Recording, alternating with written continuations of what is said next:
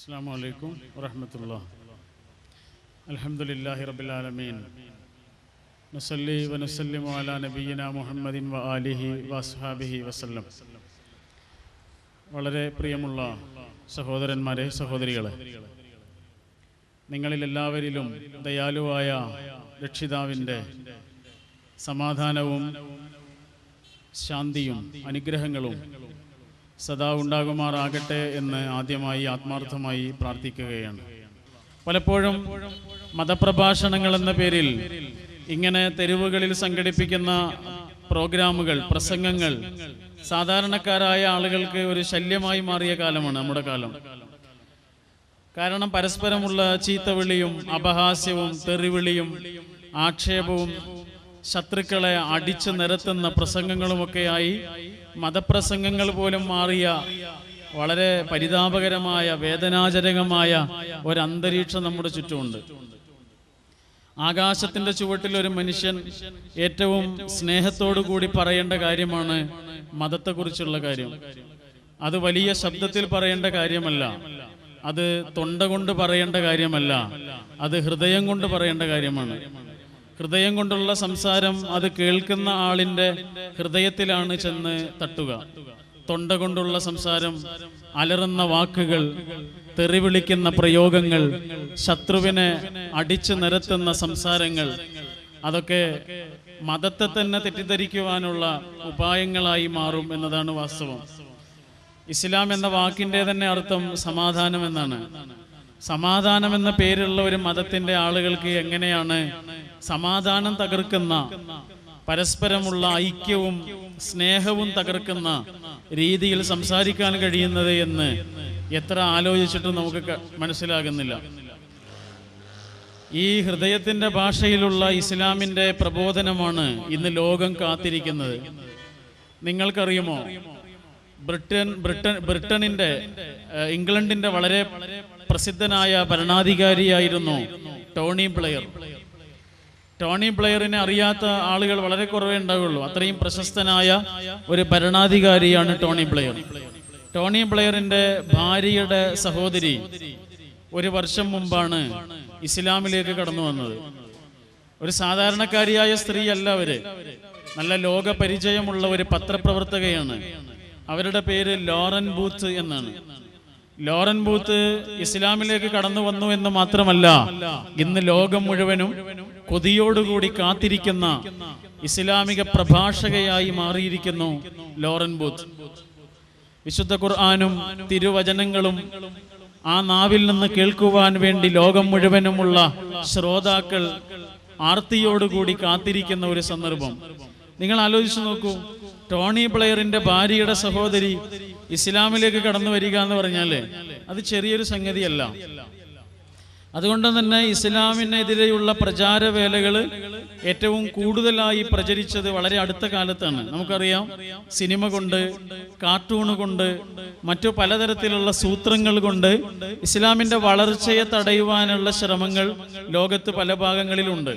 പക്ഷെ അങ്ങനെ ശ്രമിക്കുന്ന ആളുകളുടെ കൺമുന്നിലാണ് ഇത്രയധികം ആളുകൾ സ്വീകരിക്കുന്ന മതമായി, ഇത്രയധികം വായിക്കപ്പെടുന്ന ഗ്രന്ഥമായി വിശുദ്ധ ഖുർആൻ മാറിക്കൊണ്ടിരിക്കുന്നത്.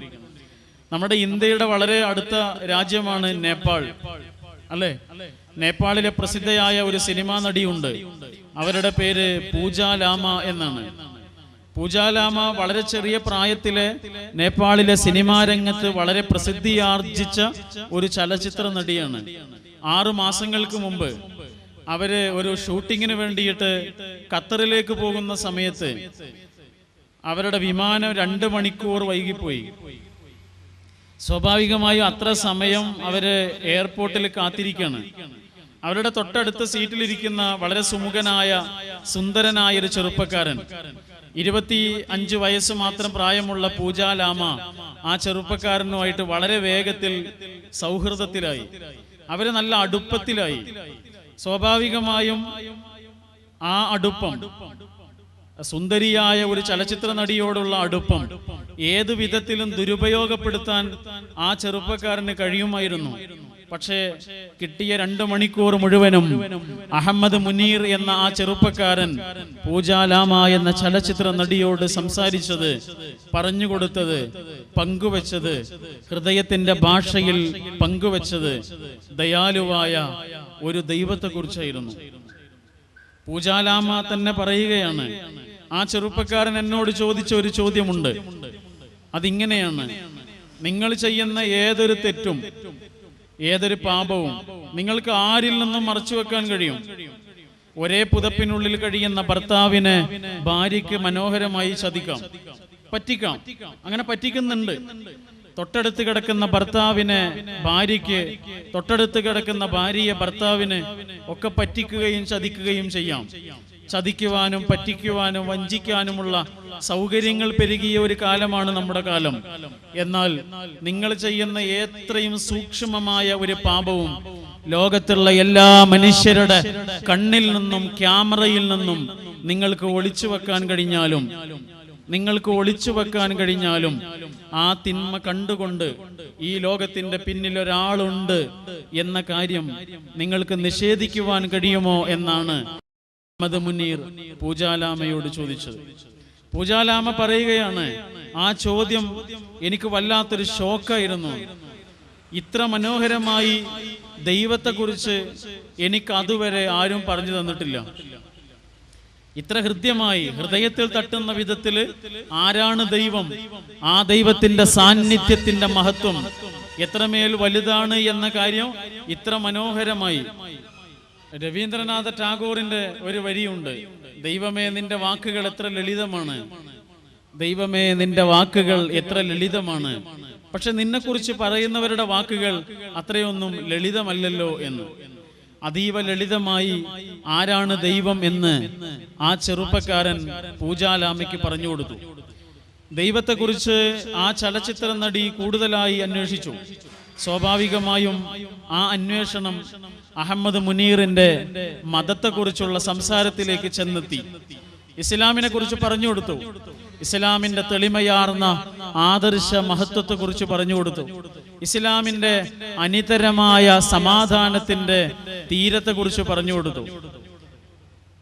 ഖത്തറിലെ ഷൂട്ടിംഗ് ക്യാൻസൽ ചെയ്തിട്ട് നേപ്പാളിന്റെ തലസ്ഥാനമായ കാഠ്മണ്ഡുവിലേക്ക് തിരിച്ചുവന്ന് പത്രക്കാരെ മുഴുവനും വിളിച്ചുകൂട്ടി.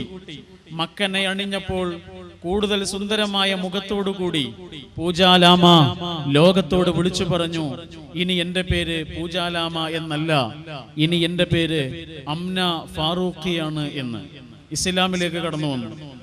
ചരിത്രാതീത കാലത്തെന്നോ നടന്ന ഒരു സംഭവമല്ല നമ്മൾ പറഞ്ഞത്. 6 മാസങ്ങൾക്ക് മുമ്പ് നമ്മുടെ തൊട്ടടുത്ത രാജ്യമായ നേപ്പാളിലെ ഒരു ചലച്ചിത്ര നടിയുടെ മനസ്സിന്റെ ഉള്ളിൽ നടന്ന ഒരു മഹാവിപ്ലവത്തെ കുറിച്ചാണ്. എന്താണ് ആ ചലച്ചിത്ര നടി കണ്ടെത്തിയത്? ആ ചലച്ചിത്ര നടി കണ്ടെത്തിയത് ഒരു വെളിച്ചമാണ്, അല്ലേ?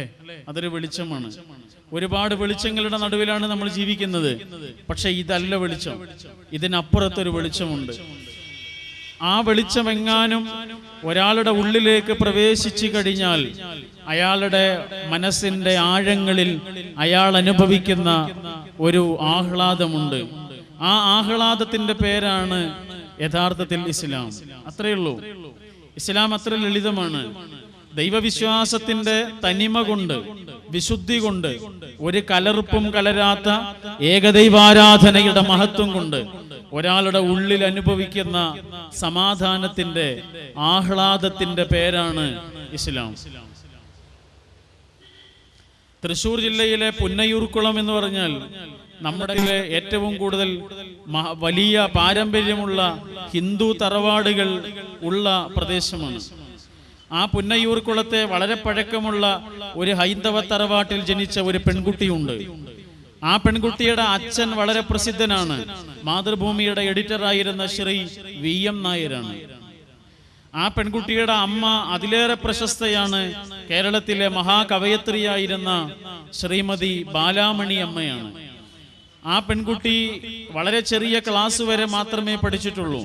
പക്ഷെ ചെറിയ പ്രായത്തിൽ തന്നെ മനോഹരമായ കവിതകൾ എഴുതിക്കൊണ്ടിരുന്നു. ആ കവിതകളൊക്കെ സഹൃദയരുടെ വായനയെ വല്ലാതെ സ്വാധീനിച്ചു. കവയത്രി എന്ന പേരിൽ വളരെ പെട്ടെന്ന് തന്നെ പേരെടുത്തു. ഭർത്താവിന്റെ കൂടെ ബോംബെയിലേക്ക് പോയതോടുകൂടി ആ പെൺകുട്ടി ഇംഗ്ലീഷിലും കവിതകൾ എഴുതാൻ തുടങ്ങി. ഇംഗ്ലീഷിൽ അവരെഴുതിയ കവിതകൾ യൂറോപ്യൻ രാജ്യങ്ങളിൽ നിന്നുള്ള പ്രസിദ്ധീകരണങ്ങളിൽ പോലും അച്ചടിച്ചു വന്നു എന്ന് മാത്രമല്ല, അവരുടെ കവിതകൾ പടിഞ്ഞാറൻ രാജ്യങ്ങളിലുള്ള സർവകലാശാലകളിലെ പാഠപുസ്തകമായിട്ട് വരെ പുറത്തു വന്നു. അത്രയധികം പ്രശസ്തിയുടെ മഹാഗോപുരങ്ങളിൽ ആ പെൺകുട്ടി ജീവിക്കുന്ന കാലത്താണ് അവർക്ക് വിശുദ്ധ ഖുർആൻ ലഭിക്കുന്നത്. ആ ഖുർആനിന്റെ വരികളിലൂടെ ആ പെൺകുട്ടിയുടെ കണ്ണും മനസ്സും ഒരുപോലെ സഞ്ചരിച്ചു. വിശുദ്ധ ഖുർആനിലെ സൂറത്തു ഇബ്രാഹിമിലെ ഒരു വചനം ആ പെൺകുട്ടിയുടെ, ആ കവയത്രിയുടെ, ലോകമറിയുന്ന ആ കവയത്രിയുടെ മനസ്സിനെ സ്വാധീനിച്ചു. ആ വചനം ഇങ്ങനെയാണ്, അല്ലാഹു നൂറുസ് സമാവാതി വൽ അർദ്, അല്ലാഹു നൂറുസ് സമാവാതി വൽ അർദ്. അല്ലാഹു സാക്ഷാൽ ദൈവം, സാക്ഷാൽ ഈശ്വരൻ, സാക്ഷാൽ കർത്താവ് ആകാശഭൂമികളുടെ പ്രകാശമാകുന്നു. ആകാശഭൂമികളുടെ പ്രകാശമാകുന്നു സാക്ഷാൽ ദൈവം എന്നാണ് ആ വചനം. കവയത്രിയായ ആ പ്രസിദ്ധയായ സ്ത്രീയുടെ മനസ്സിൽ ആ വചനങ്ങൾ ഒരു പ്രകമ്പനമാണ് സൃഷ്ടിച്ചത്. ഖുർആനിന്റെ വായന അവരുടെ പതിവ് വായനയായി മാറി. ഖുർആനിന്റെ വരികളിൽ നിന്ന് വരികളിലേക്കുള്ള സഞ്ചാരം, പേജുകളിൽ നിന്ന് പേജുകളിലേക്കുള്ള സഞ്ചാരം, ഖുർആനിന്റെ ആശയങ്ങളുടെ ആഴങ്ങളിലേക്കുള്ള സഞ്ചാരം. ആ സഞ്ചാരം അവരെ ഇസ്ലാമിലേക്ക് കൊണ്ടെത്തിച്ചു. 2001 ഫെബ്രുവരി 7-ാം തീയതി തിരുവനന്തപുരത്ത് വെച്ച് നടന്ന കേരള ലൈബ്രറി കൗൺസിലിന്റെ വാർഷിക സമ്മേളനം ഉദ്ഘാടനം ചെയ്തുകൊണ്ട് ആ സ്ത്രീ, ആ കവയത്രി, പ്രസിദ്ധയായ എഴുത്തുകാരി പർദ്ദയും മഫ്തയും അണിഞ്ഞുകൊണ്ട് പ്രഖ്യാപിച്ചു, ഇനി എന്റെ പേര് മാധവിക്കുട്ടി എന്നല്ല, ഇനി എന്റെ പേര് സുറയ്യ എന്നാണ് എന്ന്. സുറയ്യ എന്ന വാക്കിന്റെ അർത്ഥം വെള്ളി നക്ഷത്രം എന്നാണ്. ഇസ്ലാമിന്റെ സമാധാനത്തിന്റെ തീരത്തിലേക്ക് ഒരു വെള്ളി നക്ഷത്രമായി ലോകമറിയുന്ന കമലാദാസ്, കേരളമറിയുന്ന മാധവിക്കുട്ടി കടന്നു വരികയാണ് ഉണ്ടായത്. എന്താണ് മാധവിക്കുട്ടിയുടെ ജീവിതത്തിൽ സംഭവിച്ചത്? നമ്മുടെ ഇടയിൽ നിന്ന് സംഭവിച്ച ഒരു കാര്യമല്ലേ ഇത്? ചരിത്രാതീത കാലത്ത് എവിടെയോ നടന്നതല്ല.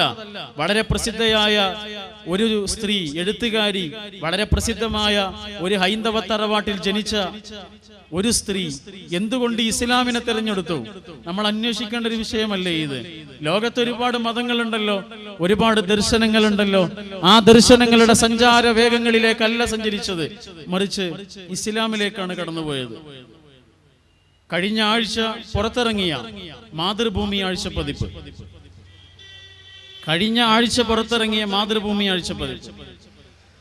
ആ മാതൃഭൂമി ആഴ്ചപ്പതിപ്പില് ഈ അടുത്ത് അന്തരിച്ച വളരെ പ്രസിദ്ധനായ കമ്മ്യൂണിസ്റ്റ് സൈദ്ധാന്തികൻ ശ്രീമാൻ പി ഗോവിന്ദപിള്ളയുമായി ഒരു അഭിമുഖമുണ്ട്. പി ഗോവിന്ദപിള്ള എന്ന് പറഞ്ഞാൽ കേരളത്തിൽ ജീവിച്ച അസാധാരണ ധിഷണയുള്ള ഒരു ബുദ്ധിജീവിയായിരുന്നു. വായനയായിരുന്നു ആ ജീവിതം നിറയെ. ലക്ഷോപലക്ഷം വരുന്ന പുസ്തകങ്ങളിലൂടെയുള്ള സഞ്ചാരമായിരുന്നു. സാധാരണക്കാരനായ ഒരാളല്ല, വായനയായിരുന്നു ആ ജീവിതം. അക്ഷരങ്ങളിലൂടെയായിരുന്നു ആ ആയുസ്. അങ്ങനെ അക്ഷരങ്ങളിലൂടെ കടന്നുപോയ ശ്രീ പി ഗോവിന്ദപിള്ളയുമായി കഴിഞ്ഞ മാതൃഭൂമി ആഴ്ചപ്പതിപ്പില് അദ്ദേഹവുമായി നടന്ന അവസാനത്തെ ഇന്റർവ്യൂ പ്രസിദ്ധീകരിച്ചിട്ടുണ്ട്. ആ അവസാനത്തെ ഇന്റർവ്യൂവിലെ അവസാനത്തെ ചോദ്യവും അതിന്റെ ഉത്തരവും നിങ്ങളൊന്ന് കേൾക്കണം. ഞാനതൊന്ന് വായിക്കാം. പി ഗോവിന്ദപിള്ളയുമായി നടന്ന അവസാനത്തെ അഭിമുഖത്തിലെ അവസാനത്തെ ചോദ്യം ഇങ്ങനെയാണ്. പി ജി എന്ന് പറഞ്ഞാൽ അദ്ദേഹത്തിന്റെ സുഹൃത്തുക്കൾ അദ്ദേഹത്തെ വിളിക്കുന്ന പേരാണ് പി ഗോവിന്ദപിള്ള. പി ജിക്ക് ജീവിതത്തിൽ ഒരു മതം തെരഞ്ഞെടുക്കേണ്ടി വരുമായിരുന്നു എങ്കിൽ ഏതു മതമാണ് തെരഞ്ഞെടുക്കുക? വളരെ പ്രസക്തമായൊരു ചോദ്യമാണ്. ആ ചോദ്യത്തിന് അദ്ദേഹം നൽകുന്ന ഉത്തരം കേൾക്കണം. ഇങ്ങനെയാണ്: ജീവിതത്തിൽ ഒരു മതത്തിന്റെ ആവശ്യം എനിക്ക് ഇതുവരെ ഉണ്ടായിട്ടില്ല. നിലവിലുള്ള മതങ്ങളിൽ ഏറ്റവും നല്ല മതമായി ഞാൻ അനുഭവിച്ചത് ഇസ്ലാമിനെയാണ്. പുണ്യഗ്രന്ഥങ്ങളിൽ വെച്ച് ഏറ്റവും നല്ല ഗ്രന്ഥമായി എനിക്ക് അനുഭവം തോന്നിയത് വിശുദ്ധ ഖുർആനിനോടാണ്. നിലവിലുള്ള മതങ്ങളിൽ ഏറ്റവും നല്ല അഭിപ്രായം എനിക്ക് തോന്നിയിട്ടുള്ളത് ഇസ്ലാമിനോടാണ്. നിലവിലുള്ള പുണ്യഗ്രന്ഥങ്ങളിൽ എനിക്ക് ഏറ്റവും അഭിപ്രായം തോന്നിയിട്ടുള്ളത് വായനയുടെ മഹാസാഗരങ്ങളിലേക്ക് ഊളിയിട്ടിറങ്ങിയ ആയുഷ്കാലത്തിന്റെ അടയാളമായി പി ഗോവിന്ദപിള്ള പറഞ്ഞു വെക്കുന്നു അത് വിശുദ്ധ ഖുർആനാണ് എന്ന്. ഇങ്ങനെ ഒരു ചോദ്യവും അതിന്റെ ഉത്തരവും പ്രസിദ്ധീകരിക്കുവാൻ ധൈര്യം കാണിച്ച, മാതൃഭൂമിയോടുള്ള എല്ലാ കടപ്പാടുകളും രേഖപ്പെടുത്തിക്കൊണ്ട് നമ്മളൊന്ന് പറയാം, നമുക്ക് അഭിമാനത്തോടുകൂടി പറയാം, പി ഗോവിന്ദപിള്ള എന്ന ദിഷണാശാലിയുടെ വായനാ പ്രപഞ്ചത്തിലേക്ക് കടന്നു വന്ന ലക്ഷോപലക്ഷം വരുന്ന പുസ്തകക്കൂട്ടങ്ങളിൽ നിന്ന് അദ്ദേഹം തെരഞ്ഞെടുക്കുകയാണ് അത് വിശുദ്ധ ഖുർആനാണ്. എന്താണ് അവിടെ സംഭവിച്ചത്? അദ്ദേഹം ഈ വെളിച്ചത്തിലേക്ക് കടന്നു വന്നോ ഇല്ലേ എന്നുള്ളത് അദ്ദേഹത്തിന്റെ തീരുമാനവുമായി ബന്ധപ്പെട്ട ഒരു കാര്യമാണ്. പക്ഷെ ഇതൊരു അഭിപ്രായമാണ്. ഇസ്ലാം ഒരു വെളിച്ചമാണ് എന്ന് കണ്ടെത്തിയ ഒരു ദിഷണാശാലിയുടെ അഭിപ്രായ പ്രകടനമാണ്. എന്താണത്? അതാണ് നമ്മൾ നേരത്തെ പറഞ്ഞത്. അതൊരു സാക്ഷാൽ വെളിച്ചമാണ്. ഇതൊക്കെ വെളിച്ചമാണ്. നമ്മൾ ഒരുപാട് വെളിച്ചങ്ങളുടെ നടുവിലാണ് ജീവിക്കുന്നത്. പക്ഷെ ഇതല്ല വെളിച്ചം. ഇതിനപ്പുറത്തൊരു വെളിച്ചമുണ്ട്. വെളിച്ചമാണ് സത്യം, ഇരുട്ട് സത്യമല്ല. ഇരുട്ട് എന്ന് നമ്മൾ പറയുന്നത് വെളിച്ചമില്ലാത്ത അവസ്ഥയ്ക്കാണ്.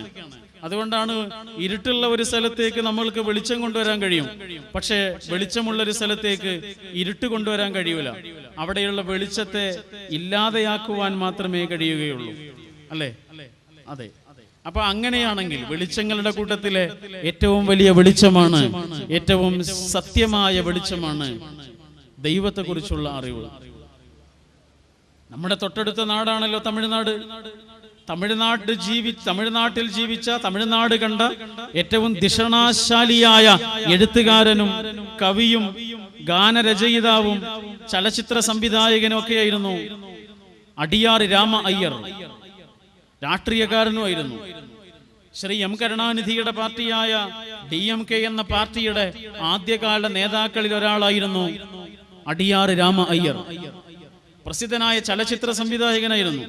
രജനീകാന്ത് അടക്കമുള്ള നടീനടന്മാരെ ചലച്ചിത്ര രംഗത്തേക്ക് കൊണ്ടുവന്ന ആദ്യകാല സംവിധായകനാണ് അടിയാർ രാമ അയ്യർ. ചില്ലറക്കാരനല്ല. 1970-കളില് അടിയന്തരാവസ്ഥ കാലത്ത് ഒരുപാട് പ്രസ്ഥാനങ്ങൾ നിരോധിക്കപ്പെട്ടു. നമ്മുടെ സഹോദര സംഘടനയായ ജമാഅത്തെ ഇസ്ലാമി അന്ന് നിരോധിക്കപ്പെട്ടിരുന്നു. അങ്ങനെ ഒരുപാട് പ്രസ്ഥാനങ്ങളും പാർട്ടികളും ഒക്കെ നിരോധിക്കപ്പെട്ടു. ആ കൂട്ടത്തിൽ ദ്രാവിഡ മുന്നേറ്റ കഴകം എന്ന DMK എന്ന പാർട്ടിയും നിരോധിക്കപ്പെട്ടു. സ്വാഭാവികമായും അവരുടെ പ്രമുഖ നേതാവും അവരുടെ പത്രമായ മുരശൊലി എന്ന പത്രത്തിന്റെ എഡിറ്ററുമായ അടിയാർ രാമ അയ്യർ അടക്കമുള്ള നേതാക്കളൊക്കെ ജയിലിലടക്കപ്പെട്ടു. അടിയാർ കടന്ന ജയിലിലെ സെല്ലില് അദ്ദേഹത്തിന്റെ കൂട്ടുകാരായ ആരും ഉണ്ടായിരുന്നില്ല. അവിടെ സലീം എന്ന ഒരു മുസ്ലിം ചെറുപ്പക്കാരൻ മാത്രമേ ഉണ്ടായിരുന്നുള്ളൂ.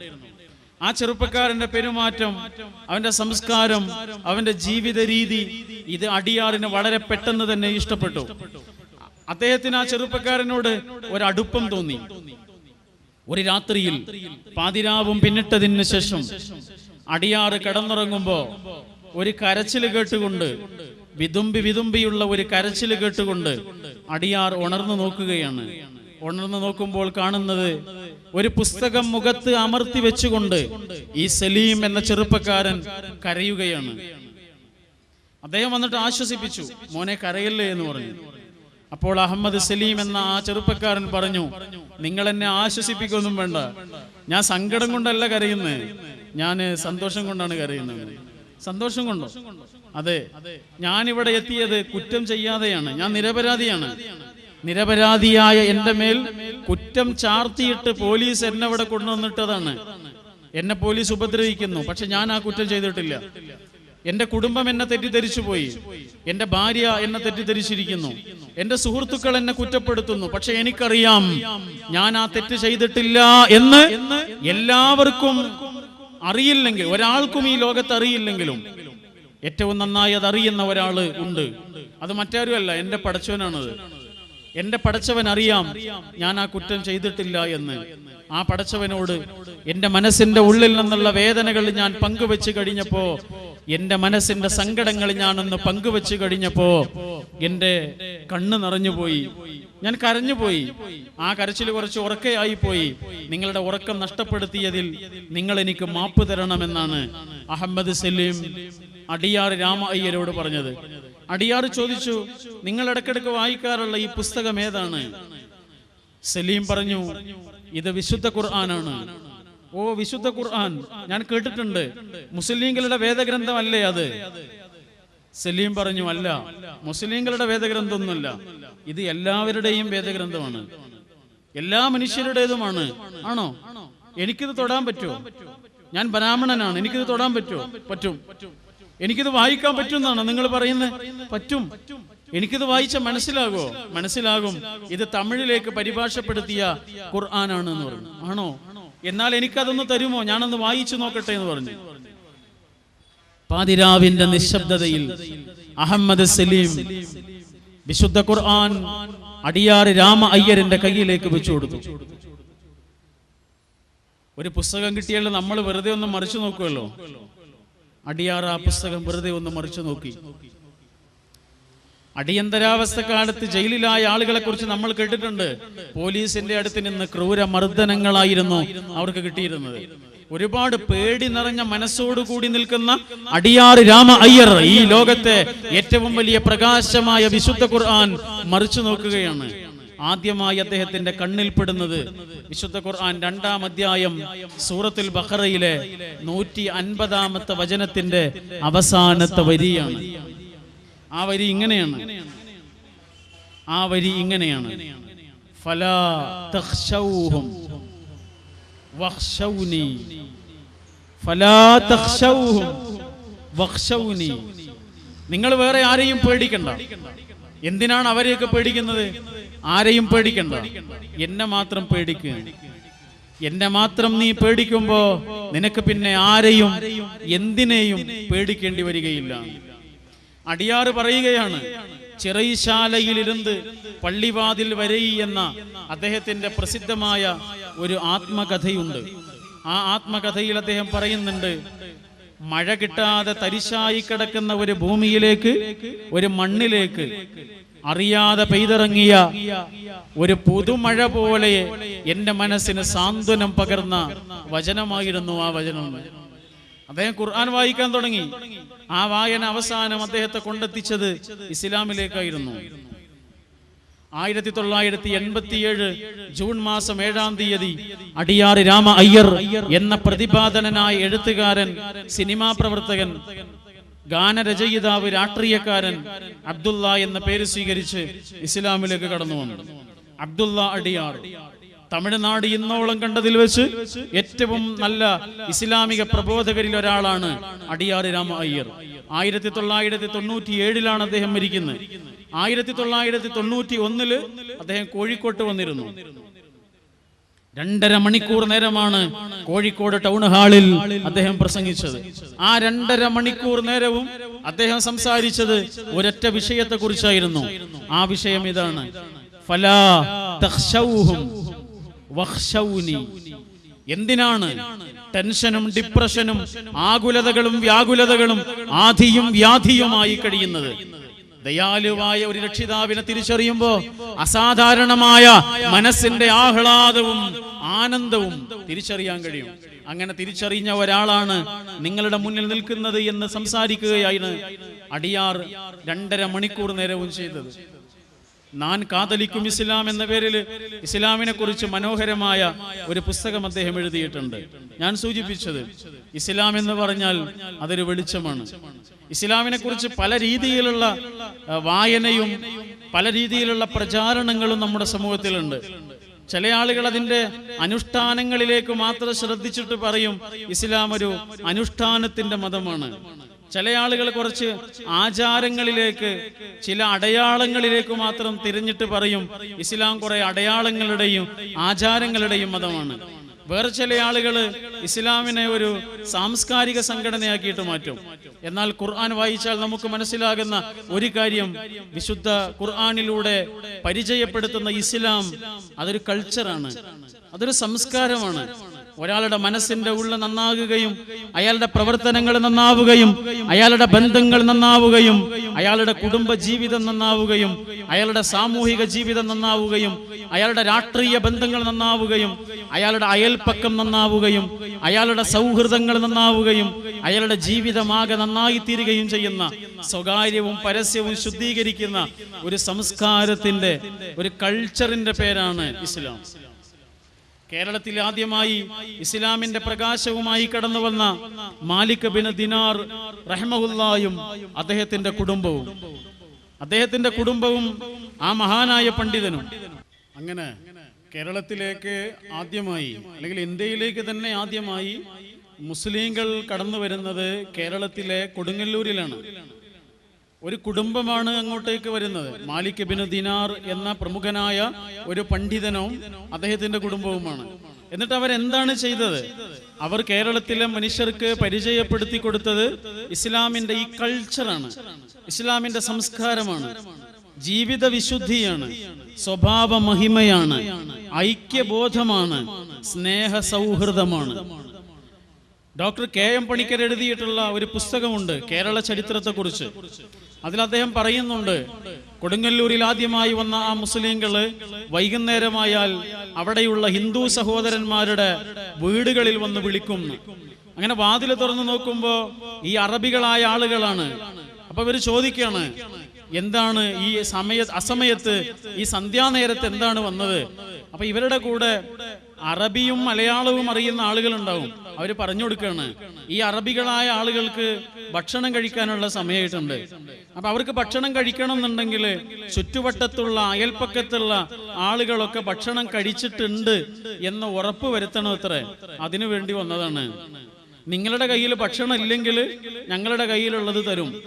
നിങ്ങളുടെ കയ്യിൽ ഭക്ഷണം ഉണ്ടെങ്കിൽ ഞങ്ങൾ അടുത്ത വീട്ടിലേക്ക് പോകും, അവിടെ ഭക്ഷണം ഉണ്ടോ എന്നറിയാൻ. ഇതാണ് ആ സംസ്കാരം. കൊടുങ്ങല്ലൂരിൽ ഈ അറബികൾ കച്ചവടം നടത്തും. മുളകാണ് കച്ചവടം നടത്തുന്നതെങ്കിൽ അതേ സാധനം തൊട്ടപ്പുറത്ത് ഹിന്ദുക്കളായ ആളുകളും കച്ചവടം നടത്തുന്നുണ്ടാവും. ഈ അറബികൾ ഒരു ദിവസം 10 രൂപ കിട്ടണമെന്നാണ് വിചാരിച്ചതെങ്കിൽ, ടാർഗറ്റ് ചെയ്തതെങ്കിൽ, രാവിലെ ഒരു 11 മണിയാകുമ്പോഴേക്ക് 10 രൂപ കിട്ടിയാൽ അത് 11 രൂപയാകുന്നത് വരെ അവർ കാത്തു നിൽക്കുകയില്ല. കട പൂട്ടും. കടയിലേക്ക് വരുന്നവരോട് പറയും, ഞങ്ങളുടെ കട പൂട്ടി, ഇനി നിങ്ങൾ അപ്പുറത്തുനിന്ന് വാങ്ങിക്കോളൂ.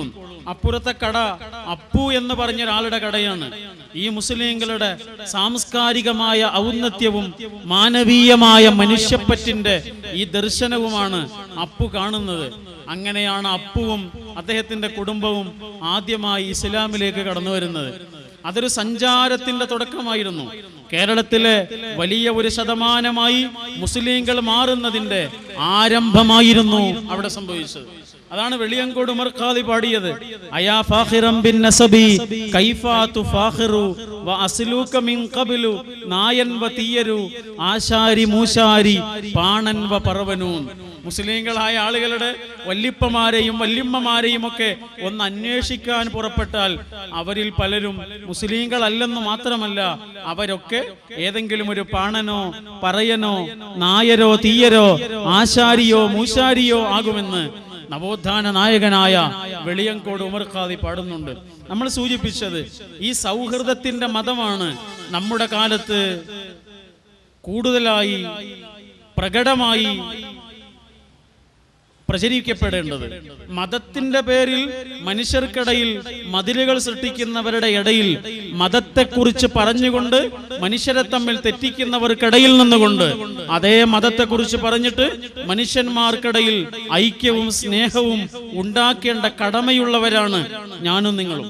നിങ്ങൾ ഏത് മതത്തിൽപ്പെട്ട ആളാകട്ടെ, ഒരു മതത്തിന്റെ നല്ല അനുയായിയാണെങ്കിൽ നമ്മുടെ ഇന്നത്തെ ഉത്തരവാദിത്വം മതത്തിന്റെ പേരിൽ പെരുകിക്കൊണ്ടിരിക്കുന്ന തീവ്രവാദത്തെ, മതത്തിന്റെ പേരിൽ പെരുകിക്കൊണ്ടിരിക്കുന്ന വർഗീയ ബോധത്തെ, മതത്തിന്റെ പേരിൽ പെരുകിക്കൊണ്ടിരിക്കുന്ന ശത്രുതാ പ്രസംഗങ്ങളെ നിലക്ക് നിർത്തേണ്ട ബാധ്യതയാണ് ഓരോ മതത്തിന്റെയും യഥാർത്ഥ അനുയായിക്ക് ഇന്ന് നിർവഹിക്കുവാനുള്ള ദൗത്യം.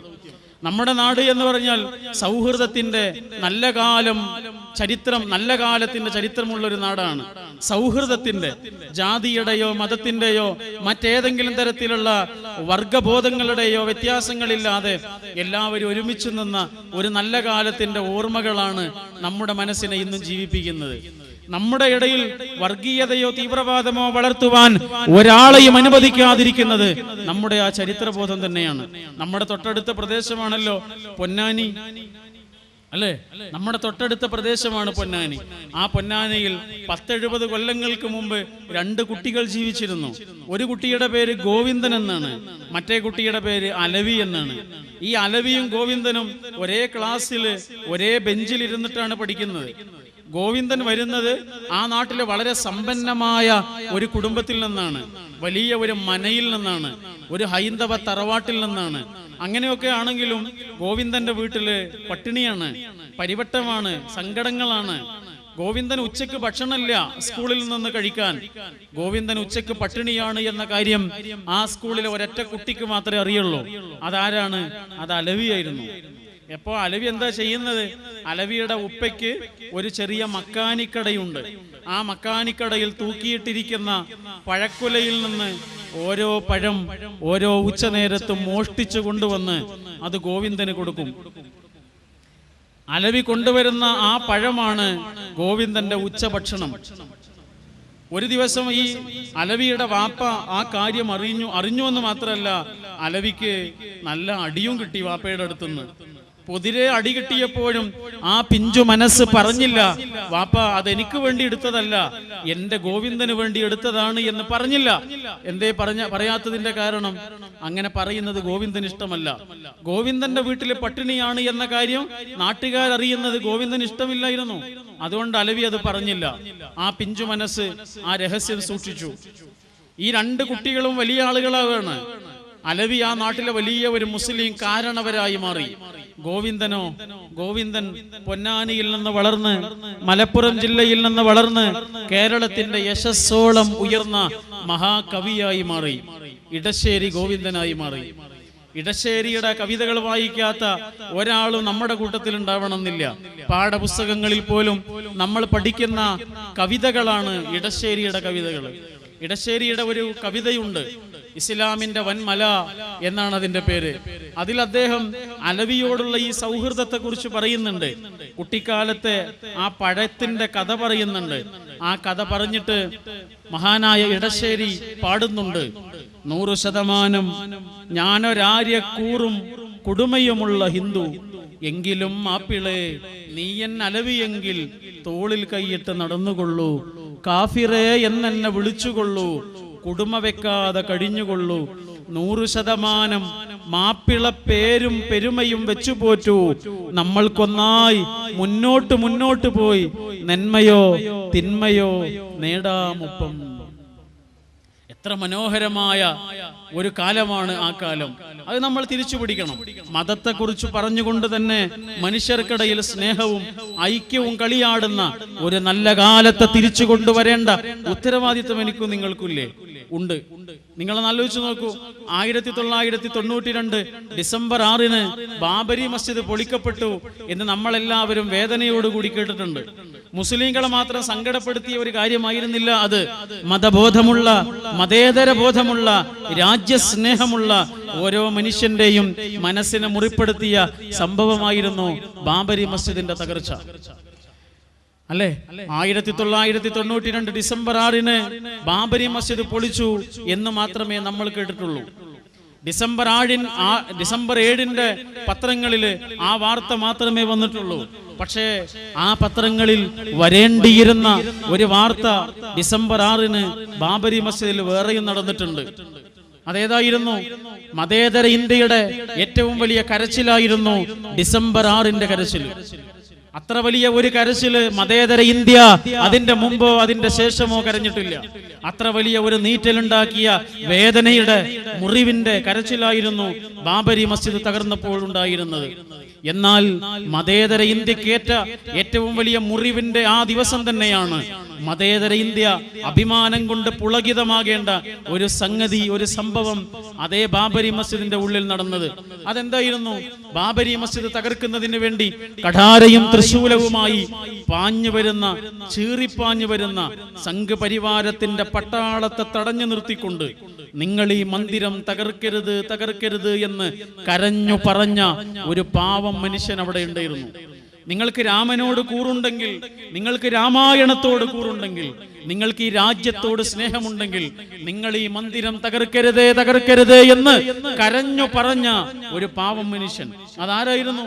അവിടെ ബാങ്ക് കൊടുത്തിരുന്ന ആളായിരുന്നില്ല അത്, അവിടെ ഇമാമ നിന്നിരുന്ന ആളായിരുന്നില്ല അത്, മറിച്ച് അങ്ങനെ ഒരു പള്ളി അവിടെ തകർക്കപ്പെട്ട് ഒരു ക്ഷേത്രം ഉയർന്നാൽ അവിടെ പൂജാരിയായി വരാൻ സാധ്യതയുണ്ടായിരുന്ന കാഷായ വസ്ത്രധാരിയായ രുദ്രാക്ഷമാലയണിഞ്ഞ ഒരു പാവം സന്യാസി വര്യനായിരുന്നു അത്, സ്വാമി മഹന്തിലാൽ ദാസ്. ആ പാവം സന്യാസി വര്യന്റെ നെഞ്ചിൻ കൂട്ടിലേക്ക് കഠാര കുത്തിയിറക്കി ആ മൃതശരീരത്തിന്റെ മുകളിലൂടെ പാഞ്ഞു കയറിയിട്ടാണ് ബാബരി മസ്ജിദിന്റെ താഴികക്കുടങ്ങള് സംഘപരിവാരത്തിന്റെ മതഭ്രാന്തന്മാർ തച്ച് തകർത്ത് താഴേക്കിട്ടത്. ഞാനൊന്ന് ചോദിക്കട്ടെ, നമ്മുടെ നാട്ടിലുള്ള പാവപ്പെട്ട ഹിന്ദു സഹോദരന്മാർക്ക് ഇതിൽ ആരുടെ പാരമ്പര്യമാണ്? ആ പള്ളി തകർത്ത ഏതാനും മതഭ്രാന്തന്മാരുടെ പാരമ്പര്യമാണോ? അല്ല എന്ന് നമ്മൾ ഉറച്ചു വിശ്വസിക്കുന്നു, ഈ പ്രസ്ഥാനം ഉറച്ചു വിശ്വസിക്കുന്നു. ആ പള്ളി തകർക്കരുത് എന്ന് പറഞ്ഞ് കരഞ്ഞ് വിളിക്കുകയും ആ പള്ളി തകർക്കപ്പെടാതിരിക്കുന്നതിന് വേണ്ടി ജീവൻ പണയം വെക്കുകയും ചെയ്ത ആ പാവം സന്യാസിവര്യന്റെ സനാതന ഹൈന്ദവ ധർമ്മത്തിന്റെ പാരമ്പര്യമാണ് നമ്മുടെ അയൽപ്പക്കങ്ങളിൽ ജീവിക്കുന്ന ഹിന്ദു സുഹൃത്തുക്കൾക്കുള്ളത്. ഈ ഒരു ആത്മബോധമാണ് തിരിച്ചു കൊണ്ടുവരേണ്ടത്. അതാണ് മതം നൽകുന്ന ഏറ്റവും വലിയ സന്ദേശം. മനുഷ്യരായ മനുഷ്യരെ മുഴുവനും വിളിച്ചിട്ട് ജാതിഭേദങ്ങളില്ലാതെ, മതഭേദങ്ങളില്ലാതെ, രാഷ്ട്രഭേദങ്ങളില്ലാതെ ഖുർആൻ പറയുന്ന വലിയ ഒരു സന്ദേശമുണ്ട്. എന്താണ് ആ സന്ദേശം? മുസ്ലിങ്ങളെ മാത്രം വിളിച്ചുകൊണ്ടല്ല, അറബികളെ മാത്രം വിളിച്ചുകൊണ്ടല്ല, ഈ ലോകത്ത് മനുഷ്യനായി പറന്ന ആരൊക്കെയുണ്ടോ അവരെ എല്ലാം വിളിച്ചുകൊണ്ട് ഖുർആൻ പറയുന്ന ഒരു കാര്യം അതിങ്ങനെയാണ്: ഇന്നാ ഖലഖനാകും മിൻ ദക്കരിൻ വ ഉൻസാ. നിങ്ങളെ നാം സൃഷ്ടിച്ചത് ഒരച്ഛനിൽ നിന്നും ഒരമ്മയിൽ നിന്നുമാണ്. നിങ്ങളെ നാം സൃഷ്ടിച്ചത് ഒരു ഉമ്മയിൽ നിന്നും ഒരു ഉപ്പയിൽ നിന്നുമാണ്. ഒരേ അമ്മയുടെ ഉടലിൽ നിന്ന് പൊട്ടിവീണ ഉടപ്പിറപ്പുകളാണ് നിങ്ങൾ മനുഷ്യരെ. ഒരേ അമ്മയിൽ നിന്ന് പിറന്നു വീണ ഉടപ്പിറപ്പുകളാണ് നിങ്ങൾ മനുഷ്യരെ എന്ന് പറയുന്ന മാനവീയതയുടെ മഹാദർശനമാണ് ഇസ്ലാം. മാതാ പാർവതി ദേവി, പിതാ ദേവോ മഹേശ്വര, ബാന്ധവ മാനവാ സർവേം സ്വദേശോം ഭുവനത്രയം. ഹൈന്ദവ ധർമ്മം പഠിപ്പിക്കുന്ന വളരെ മൗലികമായൊരു സന്ദേശമാണത്. പിതാവൊന്നാണ്, മാതാവൊന്നാണ്, ബാന്ധവ മാനവ, മാനവരെല്ലാം ബന്ധുക്കളാണ്. രക്തബന്ധം പോലെ കൂടിച്ചേരേണ്ട ആത്മബന്ധുക്കളാണ് മാനവർ എന്ന്. അതെ, അതാണ് നമ്മൾ തിരിച്ചു കൊണ്ടുവരേണ്ടത്. മതത്തിന്റെ പേരിൽ വർഗീയത സൃഷ്ടിക്കുവാൻ ശ്രമിക്കുന്ന ഓരോ ആളിന്റെയും കൈപിടിച്ചുകൊണ്ട് ഞാനും നിങ്ങളും പറയണം, ഇതല്ല മതമെന്ന്. പ്രവാചക തിരുമേനിയെ നിന്ദിച്ചുകൊണ്ട് ഒരു അധ്യാപകൻ തൊടുപുഴയിൽ ഒരു ചോദ്യപേപ്പർ അച്ചടിച്ചു, അല്ലെ? പ്രൊഫസർ ജോസഫ് എന്നൊരു അധ്യാപകൻ. അദ്ദേഹം ചെയ്തത് പ്രവാചക നിന്ദയാണ് എന്ന് മാത്രമല്ല, അദ്ദേഹം ചെയ്തത് മതനിന്ദയാണ് എന്ന് എല്ലാവരും പറഞ്ഞു. അദ്ദേഹം ജോലി ചെയ്തിരുന്ന സ്ഥാപനത്തിൽ നിന്ന് അയാളെ പുറത്താക്കി. ക്രൈസ്തവ മാനേജ്മെന്റിന്റെ കീഴിലുള്ള ഒരു കോളേജിലാണ് അദ്ദേഹം ജോലി ചെയ്തിരുന്നത്. ആ കോളേജിൽ നിന്ന് അവര് തന്നെ അദ്ദേഹത്തെ പുറത്താക്കി. എല്ലാവരും ഒരുമിച്ച് നിന്നുകൊണ്ട് പറഞ്ഞു ആ അധ്യാപകൻ ചെയ്തത് തെറ്റാണ്. എന്നാൽ അതിനിടയ്ക്ക് കുറച്ച് ആളുകൾ ചെന്നിട്ട് ആ അധ്യാപകന്റെ കൈ വെട്ടിയെടുത്തു, ആ അധ്യാപകന്റെ കൈ മുറിച്ചെടുത്തു. അന്നേരം വരെ ആ അധ്യാപകൻ ചെയ്തത് തെറ്റാണ് എന്ന് പറഞ്ഞ എല്ലാ ആളുകളും ആ അധ്യാപകന്റെ പക്ഷത്ത് നിന്നുകൊണ്ട് പറഞ്ഞു മുസ്ലിങ്ങൾ ചെയ്തത് തെറ്റാണ്, അല്ലേ? എന്തായിരുന്നു യഥാർത്ഥത്തിൽ ചെയ്യേണ്ടിയിരുന്നത്?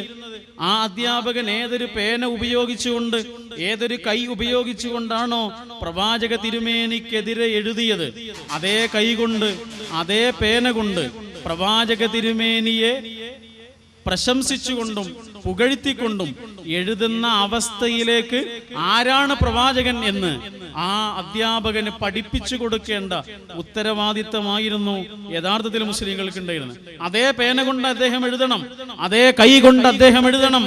ഞാൻ നേരത്തെ പറഞ്ഞതല്ല പ്രവാചക തിരുമേനിയെ കുറിച്ചുള്ള എന്റെ അഭിപ്രായം, എനിക്ക് അദ്ദേഹത്തെ മനസ്സിലായി. അത് പറഞ്ഞു കൊടുക്കേണ്ട ഉത്തരവാദിത്തമായിരുന്നു.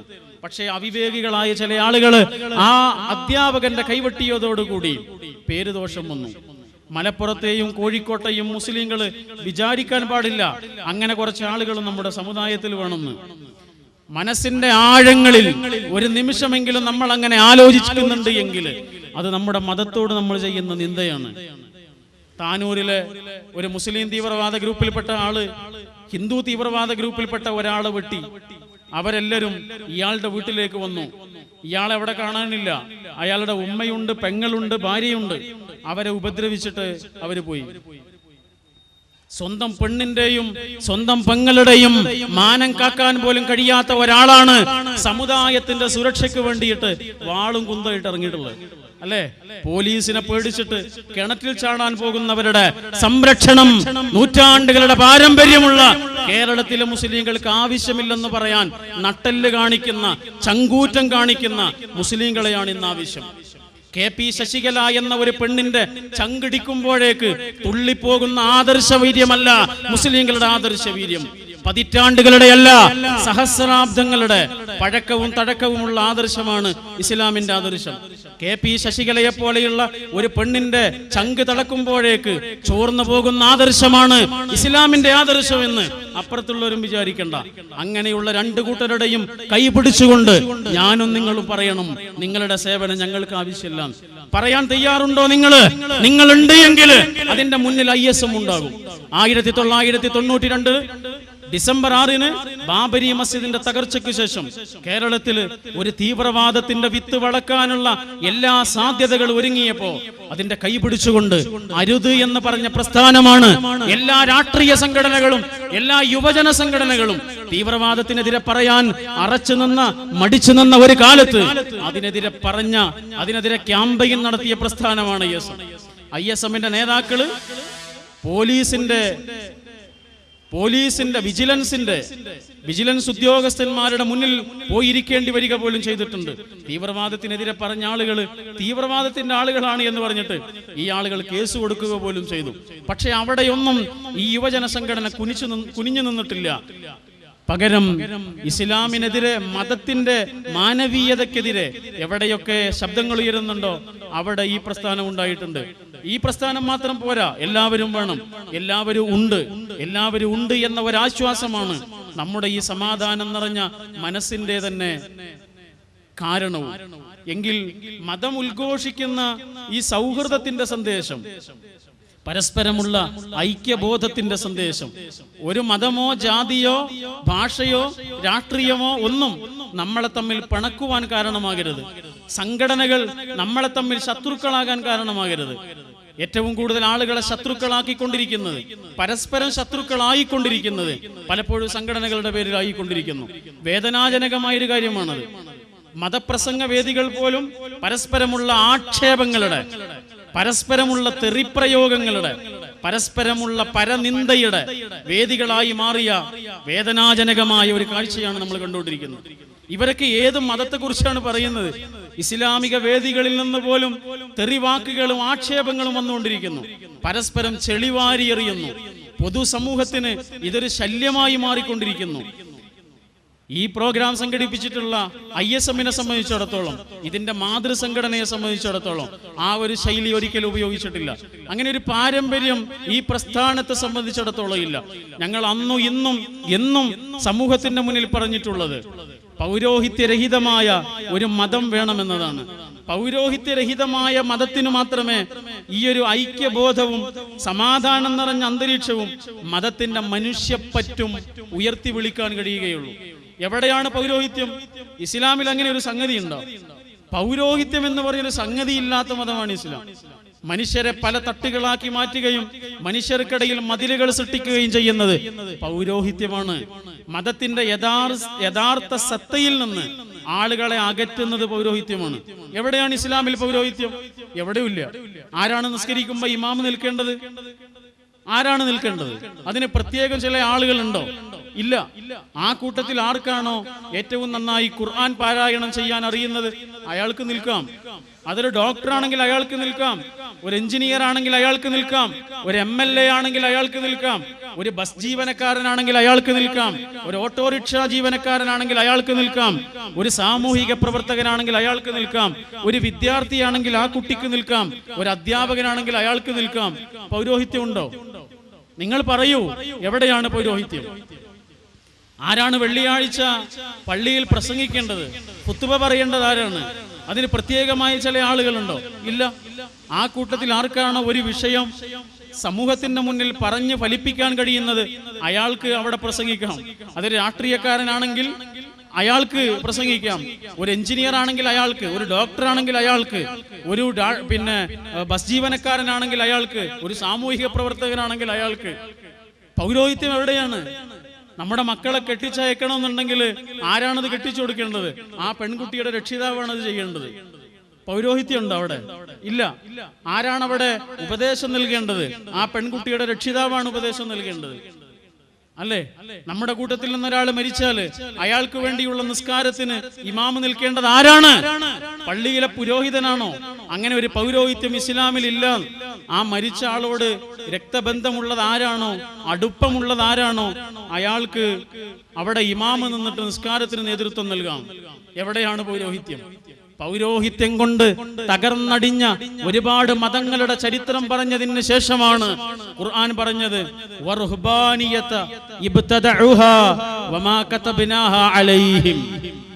പൗരോഹിത്യം എന്നത് നിങ്ങൾ പടച്ചുണ്ടാക്കിയതാണ്, നമ്മൾ നിങ്ങൾക്ക് തന്നിട്ടില്ല എന്ന് വിശുദ്ധ ഖുർആൻ പറയുന്നുണ്ട്.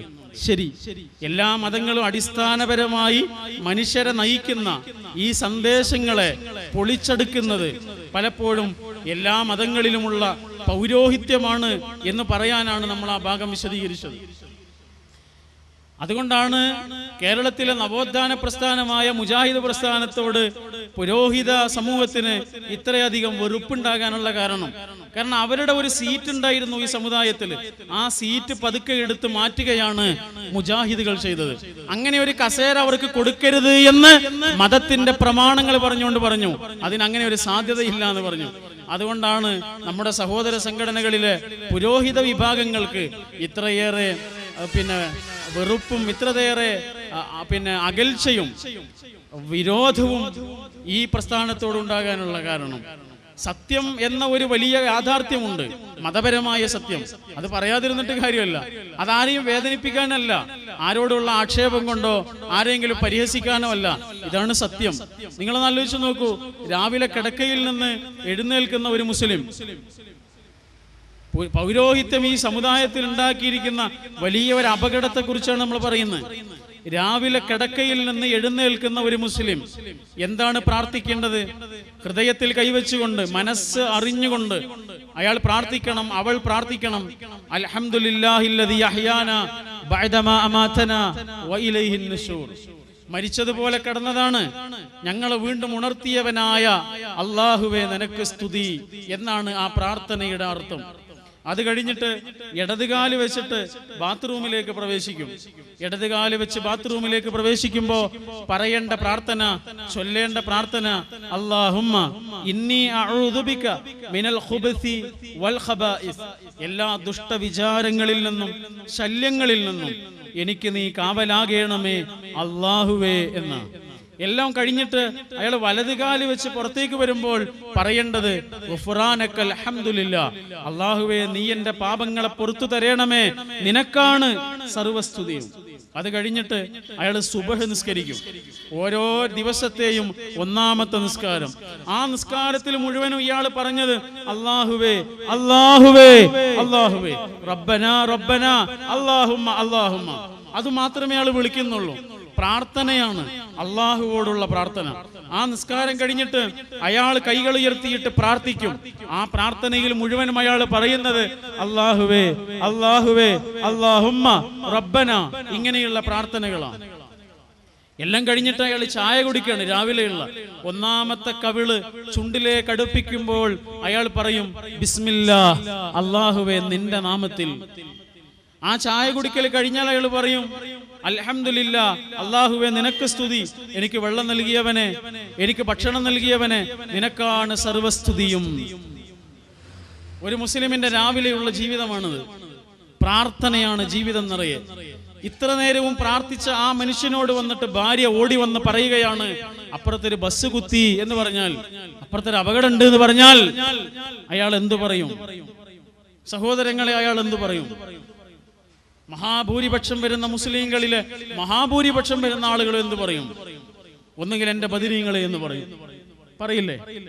അല്ലെങ്കിൽ എന്റെ മമ്പുറത്തെ തങ്ങളെ എന്ന് പറയൂലേ? എന്റെ മുനമ്പത്തെ ബീവി എന്ന് പറയുകയില്ലേ സഹോദരങ്ങളെ? ആരോടെങ്കിലുള്ള ദേഷ്യം കൊണ്ട് പറയുന്നല്ലത്, ആരോടെങ്കിലുമുള്ള പരിഹാസം കൊണ്ട് പറയുന്നതല്ലേ ഇത്? ഇതാണ് യാഥാർത്ഥ്യം. അള്ളാഹുവേ എന്ന് വിളിക്കേണ്ടതിനു പകരം മറ്റു പലരെയും വിളിക്കുന്ന ഒരവസ്ഥയിലേക്ക്, ആദർശപരമായ ആഴമുള്ള വൈകല്യങ്ങളിലേക്ക് ഈ സമൂഹത്തെ കൊണ്ടുപോയത് ആരാണ്? ഇത്ര നേരവും രാവിലെ എഴുന്നേറ്റ് ഇത്ര നേരവും അയാൾ പ്രാർത്ഥിച്ചത് അല്ലാ അല്ലാ അല്ലാ എന്നാണ്. ഇപ്പൊ അയാൾ പറഞ്ഞെന്താ? ഇപ്പൊ അയാൾ പറഞ്ഞത് ഒന്നുകിൽ മമ്പുറത്തെ തങ്ങളുടെ പേരാണ്, അല്ലെങ്കിൽ മുനമ്പത്തെ ബീവിയുടെ പേരാണ്, അല്ലെങ്കിൽ ബദരീങ്ങളുടെ പേരാണ്. ഇത് അയാൾക്ക് പറഞ്ഞു കൊടുത്തത് ആരാണ്? ഇത്ര നേരവുമുള്ള പ്രാർത്ഥന പഠിപ്പിച്ചത് ഹബീബായ റസൂൽ സല്ലല്ലാഹു അലൈഹി വസല്ലമയാണ്.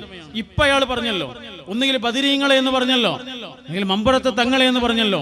അത് അയാൾക്ക് പഠിപ്പിച്ചു കൊടുത്തത് ആരാണ്? അള്ളാഹുവിന്റെ റസൂലല്ല, വിശുദ്ധ ഖുർആൻ അല്ല, അള്ളാഹുവിന്റെ റസൂലിന്റെ തിരുവചനങ്ങളുമല്ല, ഇസ്ലാമിന്റെ ചരിത്രവുമല്ല. പിന്നെ അതാണ് പൗരോഹിത്യം. അവിടെയാണ് പൗരോഹിത്യത്തെ നമ്മൾ തിരിച്ചറിയേണ്ടത്. അവിടെയാണ് ഈ മതത്തെ ഏറ്റവും അധികം കേടുവരുത്തിയ ഒരു ഫാക്ടറിനെ നമ്മൾ തിരിച്ചറിയേണ്ടത്. ആ ഫാക്ടറിനെ തിരിച്ചറിഞ്ഞു എന്നുള്ളതാണ് മുജാഹിദ് പ്രസ്ഥാനം ചെയ്തത്. അത്രയും സിമ്പിൾ ആണത്. എവിടെ നിന്നാണ് ഇത് തുടങ്ങിയത്? നേരത്തെ ഇവിടെ സ്വാഗതം പറഞ്ഞപ്പോൾ പറഞ്ഞു സയ്യിദ് സനാഉല്ല മക്തിത്തങ്ങൾ എന്ന പ്രസിദ്ധനായ പണ്ഡിതനിൽ നിന്നാണ് ആരംഭിച്ചത്. അല്ല, അതൊന്നുമല്ല ചരിത്രം. അതിന്റെയും പിറകിലേക്ക് പോകണം. മക്തിത്തങ്ങൾ എന്ന തങ്ങളിൽ നിന്നല്ല, മമ്പുറം തങ്ങൾ എന്ന തങ്ങളിൽ നിന്നാണ് ഈ പ്രസ്ഥാനത്തിന്റെ ദീപശിഖയുടെ പ്രയാണം ആരംഭിച്ചത്. നിഷേധിക്കുവാൻ കഴിയുകയില്ല. ആരായിരുന്നു മമ്പുറം തങ്ങൾ? എന്റെ മമ്പുറം തങ്ങളെ എന്ന് ഹൃദയത്തിൽ കൈവച്ചുകൊണ്ട് മഹാഭൂരിപക്ഷം വരുന്ന നമ്മുടെ സഹോദരന്മാരും നമ്മുടെ സഹോദരികളും അറിവില്ലായ്മ കൊണ്ട് വിളിച്ചു പോകുന്നുണ്ടല്ലോ. ആരായിരുന്നു മമ്പുറം തങ്ങൾ? ആ ചരിത്രം അറിയുമ്പോഴാണ് ആ വിളിയുടെ ഗൗരവം, ആ വിളിയുടെ എത്രമാത്രം വലിയ പ്രതിസന്ധി നമ്മൾ തിരിച്ചറിയുകയുള്ളൂ. ആരായിരുന്നു മമ്പുറം തങ്ങൾ? കേരളത്തിലെ മുസ്ലിങ്ങൾക്കിടയിൽ നവോത്ഥാനപരമായ ചിന്തയുടെ ഒന്നാമത്തെ വിത്തും വേരുമായിരുന്നു മമ്പുറം തങ്ങൾ. മലയാള ഭാഷയിൽ ഖുതുബ നിർവഹിച്ച പണ്ഡിതനായിരുന്നു അദ്ദേഹം. മലയാള ഭാഷയിൽ മാത്രമേ മമ്പുറം സയ്യിദ് അലവിത്തങ്ങൾ റഹിമഹുല്ലയും അദ്ദേഹത്തിന്റെ മകൻ മമ്പുറം സയ്യിദ് ഫളൽ പൂക്കോയ തങ്ങളും ഖുതുബ നിർവഹിച്ചിട്ടുള്ളൂ. ഇതാരാ പറയുന്നത്? കേരള ചരിത്രമാണ് പറയുന്നത്. ബ്രിട്ടീഷുകാരുടെ ഉദ്യോഗസ്ഥന്മാർ മലബാറിലുണ്ടായിരുന്നു. അവരുടെ മേലുദ്യോഗസ്ഥന്മാർക്ക് അയക്കുന്ന ഒരു കത്തുണ്ട്. ആ കത്തിലാണ് പറയുന്നത് ഇവിടെ സയ്യിദ് അലവി എന്ന പേരിലുള്ള ഒരു പുരോഹിതനുണ്ട്. ആരാണത്? അതാണ് മമ്പുറം തങ്ങൾ. ആ സയ്യിദ് അലവി എന്ന പുരോഹിതൻ വെള്ളിയാഴ്ചയിലെ പ്രസംഗങ്ങളിലൂടെയാണ് ആളുകളെ ബ്രിട്ടീഷുകാർക്കെതിരെ തിരിക്കുന്നത്. നിയമലംഘനം നടത്താൻ, നികുതി അടക്കില്ലെന്ന് വാശി പിടിക്കാൻ ഈ ജനങ്ങളെ പ്രേരിപ്പിക്കുന്നത് സയ്യിദ് അലവി എന്ന പുരോഹിതൻ അയാളുടെ വെള്ളിയാഴ്ചയിലെ പ്രസംഗങ്ങളിലൂടെയാണ്. നമ്മൾ പറയുന്നതല്ല. കേരളത്തിലെ മുസ്ലിങ്ങളുടെ ചരിത്രം വസ്തുതാപരമായി പഠിച്ച പ്രൊഫസർ KM ബഹാവുദ്ദീൻ എഴുതിയിട്ടുള്ള കേരള മുസ്ലിങ്ങൾ ചെറുത്തുനിൽപ്പിന്റെ ചരിത്രം എന്ന ഒരു പുസ്തകമുണ്ട്. ആ പുസ്തകം നിങ്ങളൊന്ന് വായിച്ചു നോക്കണം. നമ്മുടെ പ്രിയപ്പെട്ട സഹോദര സംഘടനയിലുള്ള ആളുകളോട് നമ്മൾ പറയാണ്, മമ്പുറം സയ്യിദ് അലവി തങ്ങളും അദ്ദേഹത്തിന്റെ പുത്രൻ സയ്യിദ് ഫളൽ പൂക്കോയ തങ്ങളും മലയാള ഭാഷയിലല്ല വെള്ളിയാഴ്ചയിലെ ഖുതുബ നിർവഹിച്ചിരുന്നത് എന്ന് തെളിയിക്കാൻ ഒരു തെളിവൊന്നും വേണ്ട. ഒരു തെളിവിന്റെ കീറ് കൊണ്ടുവരാൻ കഴിയുമോ? കഴിയില്ല. വെല്ലുവിളിക്കൊന്നല്ല. വെല്ലുവിളിക്കുന്ന ശീലം ഈ പ്രസ്ഥാനത്തിന് ഇല്ലാത്തത് കൊണ്ട് വെല്ലുവിളിക്കുന്നില്ല. ഇതൊരു ചോദ്യമാണ്, സ്നേഹപൂർവമുള്ള ഒരു ചോദ്യം. മമ്പുറം സയ്യിദ് അലവി തങ്ങളും അദ്ദേഹത്തിന്റെ മകനും വെള്ളിയാഴ്ചയിലെ ഖുതുബ നിർവഹിച്ചിരുന്നത് മലയാള ഭാഷയിലാണ് എന്ന് തെളിയിക്കാൻ ഒന്നിലേറെ തെളിവുകൾ കൊണ്ടുവരാൻ നമുക്ക് കഴിയും. പക്ഷെ അങ്ങനെയല്ലെന്ന് പറയാൻ ഒരു തെളിവിന്റെ കഷ്ണം പോലും കൊണ്ടുവരാൻ ഇല്ല. പിന്നെ എങ്ങനെ കൊണ്ടുവരും? അടുത്ത കാലത്താണല്ലോ മമ്പുറം നേർച്ച സമാപിച്ചത്. 4-5 ആഴ്ചകൾക്ക് മുമ്പാണ് കഴിഞ്ഞത്. അതിലങ്ങോട്ട് പോകാൻ കഴിയില്ലായിരുന്നു, അത്രയും തിരക്കായിരുന്നു. മമ്പുറം ആണ്ട് നേർച്ച നിങ്ങളൊന്ന് ആലോചിച്ച് നോക്കൂ. ആണ്ട് നേർച്ചയിലെ അനാചാരങ്ങളെ കുറിച്ച് മമ്പുറം സയ്യിദ് അലവി തങ്ങളോട് അന്ന് ഒരാൾ ഫത്വ ചോദിച്ചിട്ടുണ്ട്. നേർച്ചയിൽ അന്ന് മുട്ടും വിളിയൊക്കെ ഉണ്ടാകുമല്ലോ, പെട്ടി വരവുണ്ടാകുമല്ലോ. അത് ഇസ്ലാമികമായി ശരിയാണോ എന്ന് മമ്പുറ സയ്യിദ് അലവി തങ്ങളോട് ഒരാൾ ഫത്വ ചോദിക്കുന്നുണ്ട്. അദ്ദേഹമാണ് അന്ന് നമ്മുടെ നാട്ടിലെ മുഫ്തി. അതുകൊണ്ടാണ് ആ ചോദ്യം ചോദിക്കുന്നത്. ആ ചോദ്യത്തിന് മമ്പുറം തങ്ങൾ കൊടുക്കുന്ന ഒരു മറുപടിയുണ്ട്. 25 പേജുകളുള്ള ഒരു മറുപടിയാണ്. അത് ഇന്നും കണ്ണൂരിലെ അറക്കൽ രാജകുടുംബത്തിന്റെ തറവാട്ടിൽ സൂക്ഷിച്ചു വെച്ചിട്ടുണ്ട്. അതിൽ അദ്ദേഹം പറയുന്നുണ്ട് എന്താണ് ഇസ്ലാമിലെ നേർച്ച എന്ന്. ഇസ്ലാമിലെ ഏത് പ്രകാരമുള്ള നേർച്ച മാത്രമാണ് അനുവദനീയമെന്ന് മമ്പുറം സയ്യിദ് അലവി തങ്ങൾ കൃത്യമായി വിശദീകരിക്കുന്നുണ്ട്. CN അഹമ്മദ് മൗലവിയും KK മുഹമ്മദ് അബ്ദുൽ കരീം മാഷും എഴുതിയിട്ടുള്ള മഹത്തായ മാപ്പിള സാഹിത്യ പാരമ്പര്യം എന്നൊരു പുസ്തകമുണ്ട്. ഇന്നും വാങ്ങാൻ കിട്ടുന്ന ഒരു പുസ്തകമാണ്. ആ പുസ്തകത്തിൽ ഈ ഫത്വ മുഴുവനായും കൊടുത്തിട്ടുണ്ട്. അതിൽ വായിച്ചാൽ മനസ്സിലാകും എന്താണ് മമ്പുറം തങ്ങളുടെ ആദർശമെന്ന്. ഇങ്ങനെയാണ് കേരള മുസ്ലിങ്ങളുടെ നവോത്ഥാന ചരിത്രം ആരംഭിക്കുന്നത്. അവിടെ നിന്നാണ് തുടങ്ങേണ്ടത്. മമ്പുറം സയ്യിദ് അലവി തങ്ങൾ, അദ്ദേഹത്തിന്റെ മകൻ സയ്യിദ് ഫദൽ പൂക്കോയ തങ്ങൾ ബ്രിട്ടീഷുകാർക്കെതിരെ തീവ്രമായ പരിശ്രമങ്ങൾ നടത്തിയ ഒരാളായിരുന്നു, വാപ്പയെ പോലെ തന്നെ. പക്ഷേ ബ്രിട്ടീഷുകാർ അദ്ദേഹത്തെ നാടുകടത്തി. അദ്ദേഹത്തെ മാത്രമല്ല, മമ്പുറം തങ്ങൾ കുടുംബത്തെ മുഴുവനും ഇവിടെ നിന്ന് നാടുകടത്തി. നിങ്ങൾ ആലോചിച്ചു നോക്കൂ, നമ്മുടെ ഒരു പാഠപുസ്തകത്തിലും നമ്മളിത് വായിച്ചിട്ടില്ല. നമ്മൾ പഠിച്ച ഒരു ചരിത്ര പുസ്തകത്തിലും നമ്മളിത് കണ്ടിട്ടില്ല. സ്വദേശാഭിമാനി രാമകൃഷ്ണ പിള്ളയെ നാടുകടത്തിയത് നമ്മൾ കേട്ടിട്ടുണ്ട് അല്ലേ? എവിടെ നിന്നാ? ചങ്ങനാശ്ശേരിയിൽ നിന്ന്. എങ്ങോട്ട്? കണ്ണൂരിലേക്ക്. കേരളത്തിന്റെ ഒരറ്റത്തിൽ നിന്ന് മറ്റൊരറ്റത്തേക്ക് നാടുകടത്തപ്പെട്ട രാമകൃഷ്ണ പിള്ളയെ കുറിച്ച് നമ്മുടെ ചരിത്ര പുസ്തകങ്ങളിലൊക്കെ കാണാനുണ്ട്. പക്ഷേ തിരുവരങ്ങാടിയിൽ നിന്ന് തുർക്കിയിലേക്ക് നാടുകടത്തപ്പെട്ട ഒരു പാവം കുടുംബത്തിന്റെ ചരിത്രം നമ്മുടെ ചരിത്ര പുസ്തകങ്ങളിലൊന്നും കണ്ടിട്ടില്ല. ശ്രദ്ധയോടുകൂടി അശ്രദ്ധമാക്കപ്പെട്ട, വളരെ തന്ത്രപൂർവം മറച്ചുവെക്കപ്പെട്ട ചരിത്രമാണ് മമ്പുറം തങ്ങൾ കുടുംബത്തിന്റെ ചരിത്രം. പക്ഷേ അവരെ ആദരിക്കുവാൻ അവിടെ ആളുണ്ടായിരുന്നു. ഇവിടെ നിന്ന് അവരെ നാടുകടത്തുകയാണ് ചെയ്തതെങ്കിൽ തുർക്കിയിൽ അവരെ കൈ നീട്ടി കാത്തിരിക്കുവാൻ ആളുകളുണ്ടായിരുന്നു. മമ്പുറം സയ്യിദ് ഫദൽ പൂക്കോയ തങ്ങൾ നേരെ ചെന്ന് കയറുന്നത് തുർക്കിയിലെ രാജാവിന്റെ ഉപദേശി എന്ന പദവിയിലേക്കാണ്. അറിയോ നിങ്ങൾക്ക്? വലിയ ഒരു പദവിയിലേക്കാണ് അദ്ദേഹം ഇവിടുന്ന് കയറിപ്പോകുന്നത്. മാത്രമല്ല, അന്ന് ശക്തമായിരുന്ന വഹാബി മൂവ്മെന്റിന്റെ നവോത്ഥാന പ്രസ്ഥാനം ലോകം മുഴുവനും അലയടിച്ചുകൊണ്ടിരിക്കുന്ന ഒരു സന്ദർഭമാണത്. അന്ന് ആ പ്രസ്ഥാന പ്രവർത്തനത്തില് റഷീദ് റിളയുടെയും മുഹമ്മദ് അബ്ദയുടെയും കൂടെ തോളിൽ കൈവച്ചുകൊണ്ട് നവോത്ഥാന പ്രവർത്തനത്തിൽ നിറഞ്ഞു നിന്ന ആളാണ്, വ്യക്തിത്വമാണ് മമ്പുറം സയ്യിദ് ഫദൽ പൂക്കോയ തങ്ങൾ. ഞാൻ ആ ചരിത്രത്തിലേക്ക് വിശദമായി പോകുന്നില്ല. ഞാൻ സൂചിപ്പിച്ചത് കേരളത്തിലെ നവോത്ഥാന ധാരയുടെ ഉറവ പൊട്ടിയൊഴുകുന്നത് മമ്പുറത്തിൽ നിന്നാണ്. പക്ഷെ അവിടെ തന്നെയാണ് കേരള നവോത്ഥാനത്തിന്റെ എല്ലാ അംശവും ചോർന്നു പോകുന്ന വിധത്തിൽ ആദർശപരമായ വൈകല്യങ്ങളിലേക്ക്, ച്യുതിയിലേക്ക് മുസ്ലിങ്ങൾ എത്തിക്കൊണ്ടിരിക്കുന്ന ദാരുണമായ കാഴ്ച നമ്മൾ കണ്ടുകൊണ്ടിരിക്കുന്നു. 3/4 നൂറ്റാണ്ട് കൊല്ലങ്ങൾക്ക് മുമ്പ്, അല്ലെങ്കിൽ 1.5 നൂറ്റാണ്ട് കൊല്ലങ്ങൾക്ക് മുമ്പ് കേരളത്തിലെ മുജാഹിദ് സംഘടനകള് സംഘടനാ രൂപം പ്രാപിച്ചിട്ട് 90 വർഷത്തോളമായി. സംഘടനാ രൂപം പ്രാപിക്കുന്നതിന് മുമ്പ് തന്നെ ആദർശപരമായ രൂപം പ്രാപിച്ചിട്ടുണ്ട്. അതാണ് മമ്പുറം തങ്ങൾ മുതലുള്ള ചരിത്രം. അങ്ങനെയാണെങ്കിൽ അത് 1.5 നൂറ്റാണ്ടിലേറെ കാലമായി. അത്രയും കൊല്ലങ്ങൾക്ക് മുമ്പ് സംഘടനാ രൂപം പ്രാപിച്ചതിന് ശേഷം പ്രത്യേകിച്ചും മുജാഹിദുകൾ ഈ സമൂഹത്തോട് ഒരുപാട് കാര്യങ്ങൾ പറഞ്ഞിട്ടുണ്ട്. അന്നൊക്കെ അതിനെ ഇവിടെയുള്ള ആളുകൾ എതിർത്തു. അക്ഷരം പഠിക്കണം എന്ന് പറഞ്ഞു, അതിനെ ആളുകൾ എതിർത്തു. നമ്മുടെ യാഥാസ്ഥികരായ ആളുകൾ എതിർത്തു. ആശുപത്രിയിൽ പോകണം എന്ന് പറഞ്ഞു, അതിനെ എതിർത്തു. വല്ല അസുഖവും വന്നാൽ നേരെ പോകാറുള്ളത് പള്ളിയിലെ മൂലരുടെ അടുത്തേക്കാണ്. അദ്ദേഹം ഒന്ന് ഊതും, അല്ലെങ്കിൽ ഒരു നൂല് മന്ത്രിച്ചു കൊടുക്കും, അല്ലെങ്കിൽ ഒരു ഏലസ് കെട്ടിക്കൊടുക്കും. ഇതൊക്കെയാണ് ചികിത്സാ രീതി. അതല്ല ചികിത്സാ രീതി എന്നും, അക്ഷരം പഠിക്കണമെന്നും, ആശുപത്രിയിലേക്ക് പോകണമെന്നും, പള്ളിയിലേക്ക് പോകണമെന്നും, പള്ളിക്കൂടത്തിലേക്ക് പോകണമെന്നും, സ്ത്രീകളെ പള്ളിയിലേക്ക് പറഞ്ഞയക്കണമെന്നും, സ്ത്രീകളെ പള്ളിക്കൂടത്തിലേക്ക് വിടണമെന്നും ഒക്കെ മുജാഹിദുകൾ അന്ന് പറഞ്ഞു. യത്തീംഖാന തുടങ്ങി. നേരത്തെ ഇവിടെ പറഞ്ഞല്ലോ, 1920കളിൽ വസൂരി പിടിപെട്ട ആ സമയത്ത് ഒരുപാട് മക്കൾ അനാഥരായി. മുസ്ലിങ്ങളുടെ കുട്ടികൾ മാത്രമല്ല, എല്ലാവരുടെയും കുട്ടികൾ. ആ മക്കളെ മുഴുവനും തോളിൽ കൈവച്ചുകൊണ്ട് മഹാനായ MK ഹാജി കൊണ്ടുപോയത് സ്വന്തം വീട്ടിലേക്കായിരുന്നു. അതാണ് പിന്നെ തിരൂരങ്ങാടി യത്തീംഖാനയായി മാറിയത്. അവിടെ മുസ്ലിങ്ങൾ മാത്രമൊന്നല്ല പഠിച്ചിരുന്നത്. നിങ്ങൾക്കറിയില്ലേ, പിന്നീട് MLA പോലും ആയി തീർന്ന, PSC മെമ്പറായിരുന്ന KP രാമൻ മാസ്റ്റർ, മുസ്ലിം ലീഗിന്റെ MLA ആയിരുന്നു അദ്ദേഹം. KP Raman master. ആ KP രാമൻ മാസ്റ്റർ തിരൂരങ്ങാടി യതീംഖാനയിലെ പൂർവ്വ വിദ്യാർത്ഥിയായിരുന്നു. MK ഹാജിയുടെ തലോടൽ കണ്ട് വളർന്ന, KM മൗലവിയുടെ ഉപദേശങ്ങൾ സ്വീകരിച്ചുകൊണ്ട് വളർന്നു വന്ന പ്രസിദ്ധനായ രാഷ്ട്രീയ നേതാവായി മാറിയ KP രാമൻ മാസ്റ്റർ തിരൂരങ്ങാടി യതീംഖാനയുടെ സന്തതിയായിരുന്നു. അങ്ങനെ യതീംഖാന ആരംഭിച്ചു 920കളുടെ ശേഷം. 920കളുടെ ഉടനെ തന്നെയാണ് JDT ഇസ്ലാം യതീംഖാനയും ആരംഭിക്കുന്നത്. അതിന്റെ പിന്നിൽ പ്രവർത്തിച്ചത് മുഹമ്മദ് അബ്ദുറഹിമാൻ എന്ന വീര കേരളത്തിന്റെ ധീരപുത്രനാണ്.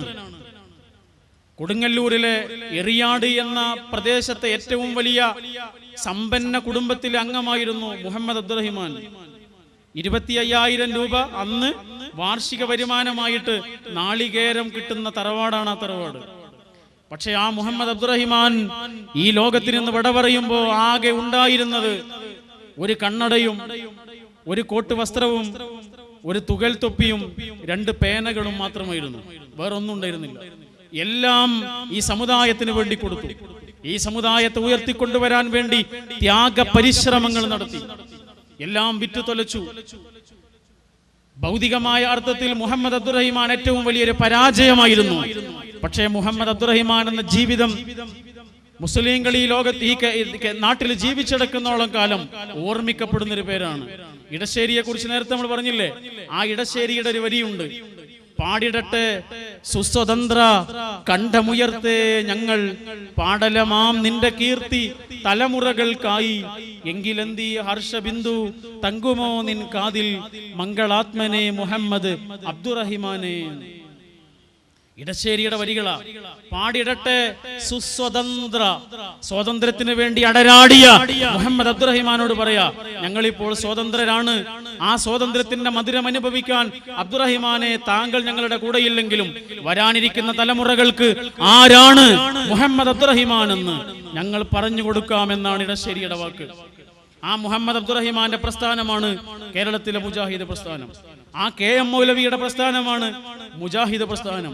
ആ MK ഹാജിയുടെ പ്രസ്ഥാനമാണ് മുജാഹിദ് പ്രസ്ഥാനം. ഈ മൊയ്തു മൗലവിയുടെ പ്രസ്ഥാനമാണ് മുജാഹിദ് പ്രസ്ഥാനം. അങ്ങനെ തുടങ്ങിയ മഹാരഥന്മാരായ പണ്ഡിത വ്യക്തിത്വങ്ങളുടെ ദീർഘദൃഷ്ടി നിറഞ്ഞ സ്വപ്നങ്ങളുടെ സാഫല്യമാണ് കേരളത്തിൽ ഉയർന്നു വന്ന നവോത്ഥാന ധാര. മുജാഹിദുകളെല്ലാം പറഞ്ഞപ്പോൾ അതിന് അന്ന് ആളുകൾ എതിർത്തു. യതീംഖാന തുടങ്ങിയപ്പോൾ എതിർത്തു, മദ്രസ തുടങ്ങിയപ്പോൾ എതിർത്തു, അക്ഷരം പഠിക്കണം എന്ന് പറഞ്ഞപ്പോൾ എതിർത്തു, ആശുപത്രി തുടങ്ങണം എന്ന് പറഞ്ഞപ്പോൾ എതിർത്തു. ആ ആളുകളൊക്കെ പിന്നെ ആ വാദങ്ങൾ തിരുത്തി. എതിർത്ത ആളുകളൊക്കെ അതിന്റെ പിറകെ വന്നു, വിദ്യാഭ്യാസം നേടാൻ തുടങ്ങി. ആശുപത്രികൾ അവർ തന്നെ നിർമ്മിക്കുന്ന അവസ്ഥയിലെത്തി. സ്ത്രീകൾക്ക് പള്ളിക്കൂടം വിലക്കിയ ആളുകൾ സ്ത്രീകൾക്ക് പഠിക്കുവാൻ മാത്രമായി വലിയ കോളേജുകൾ സ്ഥാപിച്ചു. സ്ത്രീകളെ പള്ളിയിലേക്ക് പറഞ്ഞേക്കാൻ പാടില്ല എന്ന് പറഞ്ഞ ആളുകൾ പള്ളിയുടെ തൊട്ടടുത്തേക്ക് പറഞ്ഞേക്കാൻ തുടങ്ങി. നമുക്ക് സന്തോഷമേ ഉള്ളൂ. ആരോട് നമ്മൾക്ക് വിരോധമല്ല. അവരെ നമ്മൾ പരിഹസിക്കുകയും വേണ്ട. അവർക്ക് കാര്യം മനസ്സിലായപ്പോൾ അവരത് സ്വീകരിച്ചു, അത്രയേ ഉള്ളൂ. സ്ത്രീകളെ പള്ളിയിലേക്ക് കൊണ്ടുപോകുക എന്നുള്ളത് അവരെ സംബന്ധിച്ചിടത്തോളം പ്രയാസമായിരിക്കും. കാരണം ഒരുപാട് കാലം അതിനെതിരെ അവർ പ്രസംഗിച്ചതാണ്. അതുകൊണ്ട് പരമാവധി കഴിയുന്ന വിധത്തിൽ പള്ളിയുടെ തൊട്ടടുത്ത് സ്ത്രീകൾക്ക് നിസ്കരിക്കാൻ പറ്റുന്ന രീതിയിലുള്ള സൗകര്യങ്ങൾ ഏർപ്പെടുത്തി. അതൊക്കെ സന്തോഷമുള്ള കാര്യമല്ലേ? അവരെ ആക്ഷേപിക്കേണ്ട കാര്യമൊന്നും അല്ലാതെ. പക്ഷേ ഗുരുതരമായ ഒരു കാര്യം വേറെയുമുണ്ട്. അതെന്താണ്?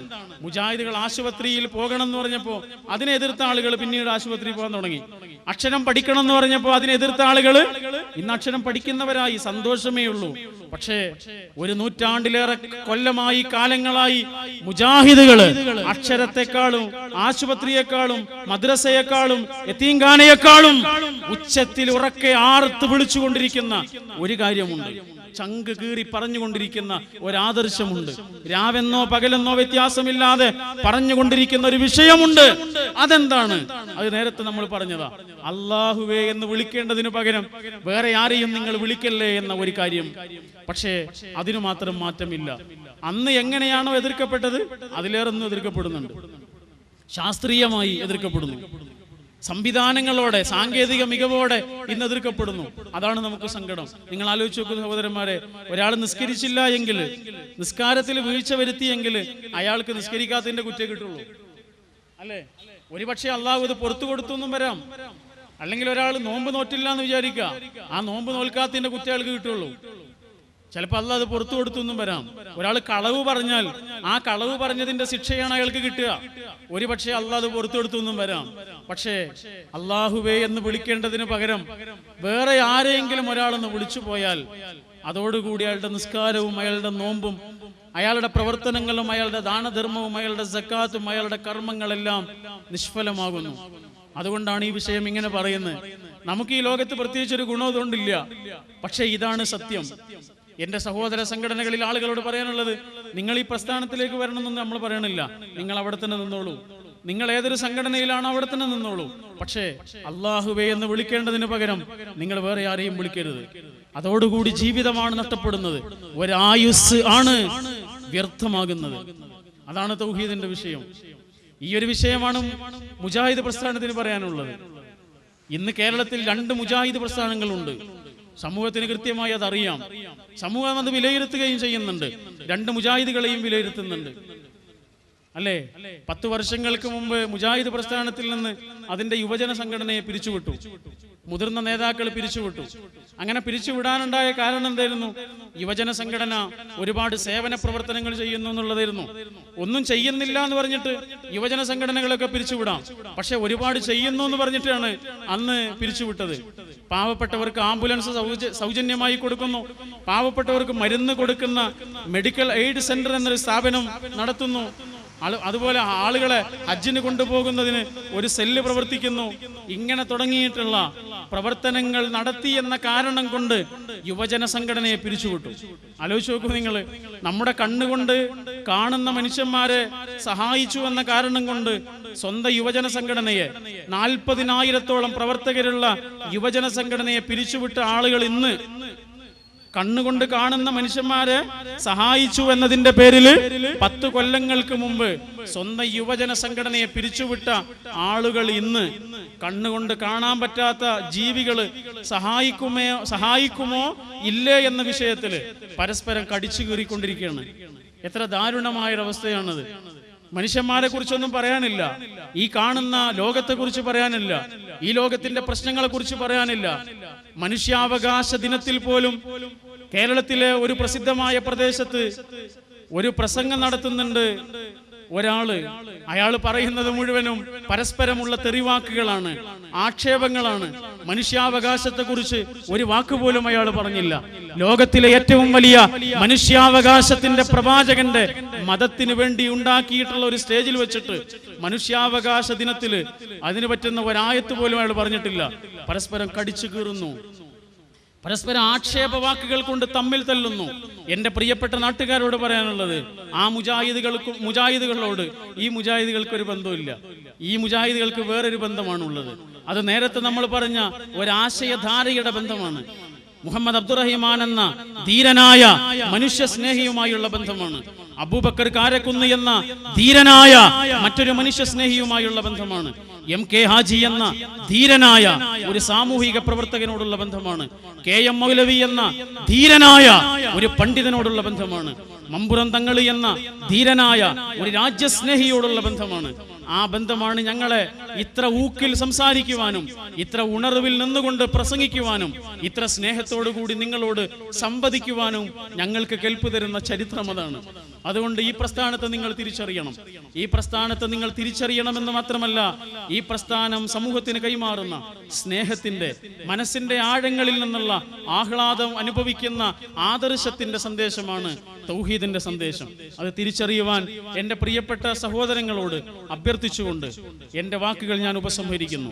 ആദ്യം നമ്മൾ പറഞ്ഞ ഒരു പോയിന്റിലേക്ക് ഒന്നുകൂടി തിരിച്ചു വരാം. അതിതാണ്, ഇസ്ലാം എന്നതൊരു വെളിച്ചമാണ്.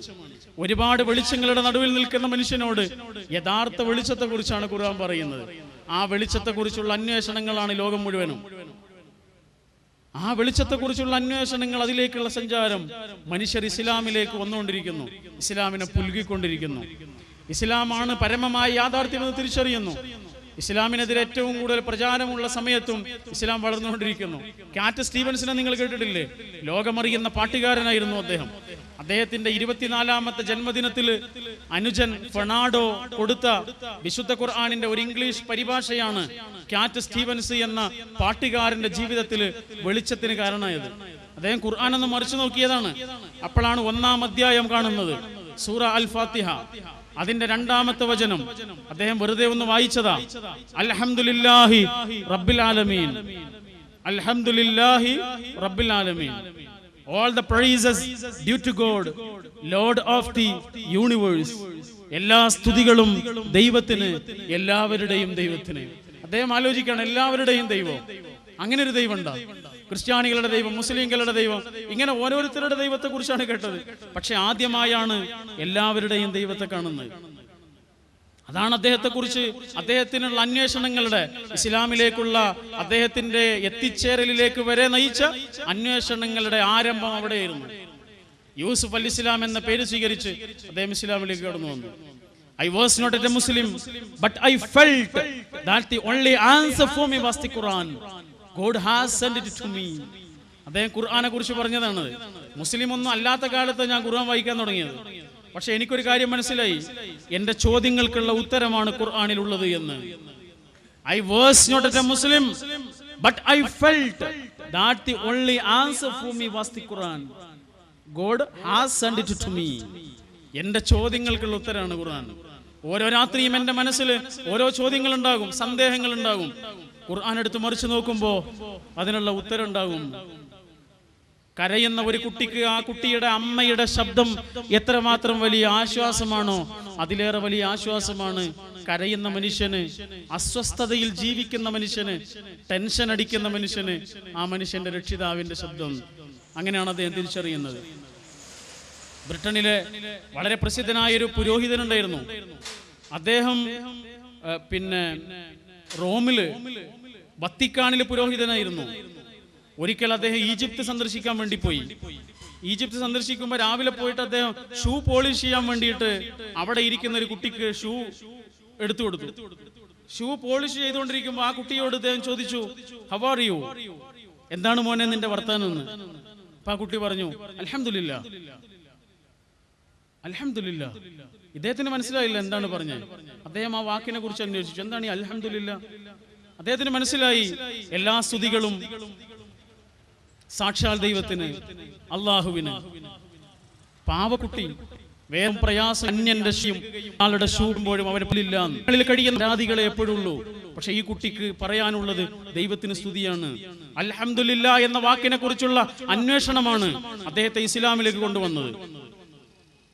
അദ്ദേഹത്തെ ഇസ്ലാം ഷൂ പോളിഷ് ചെയ്യുന്ന കുട്ടിയുടെ നാവിൽ നിന്ന് കേട്ട അൽഹംദുലില്ലാ എന്ന വാക്കിന്റെ ഉറവിടം തേടിപ്പോയ ആ ക്രൈസ്തവ പൗരോഹിതനായി പിന്നീട് ഇസ്ലാമിലേക്ക് കടന്നു വന്ന ഇദ്രീസ് തൗഫീഖാണ്.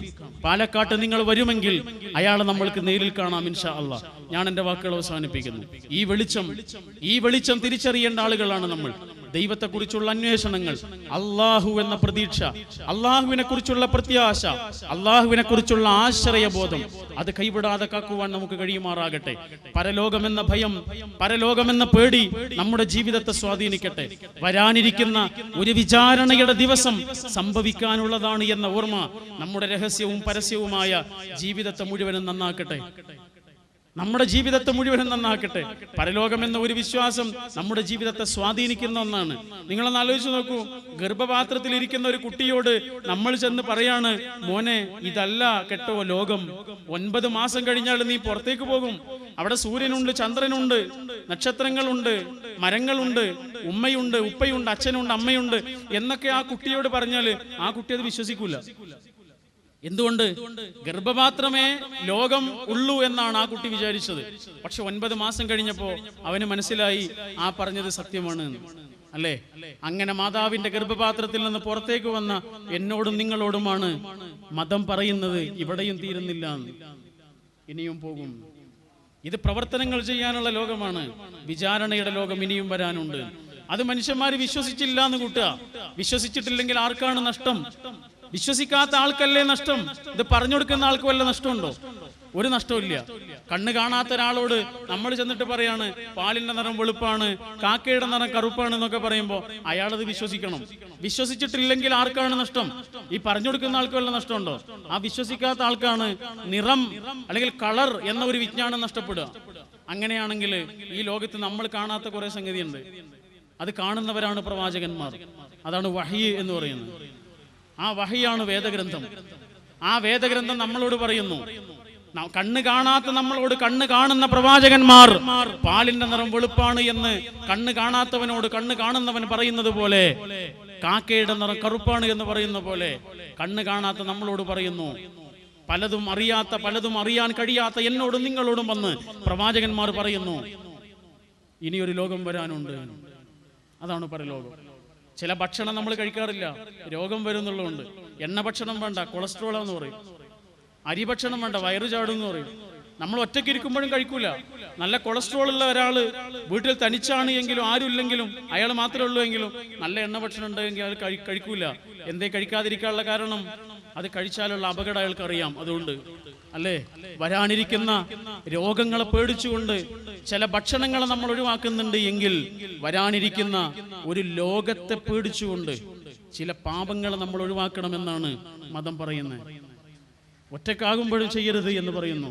ഒറ്റക്കാകുമ്പോഴും ചില ഭക്ഷണം നമ്മൾ കഴിക്കാത്തതുപോലെ ഒറ്റക്കാകുമ്പോഴും പാപങ്ങളിലേക്ക് വഴുതി പോകരുത് എന്ന് മതം പറയുന്നു, ഇസ്ലാം പറയുന്നു.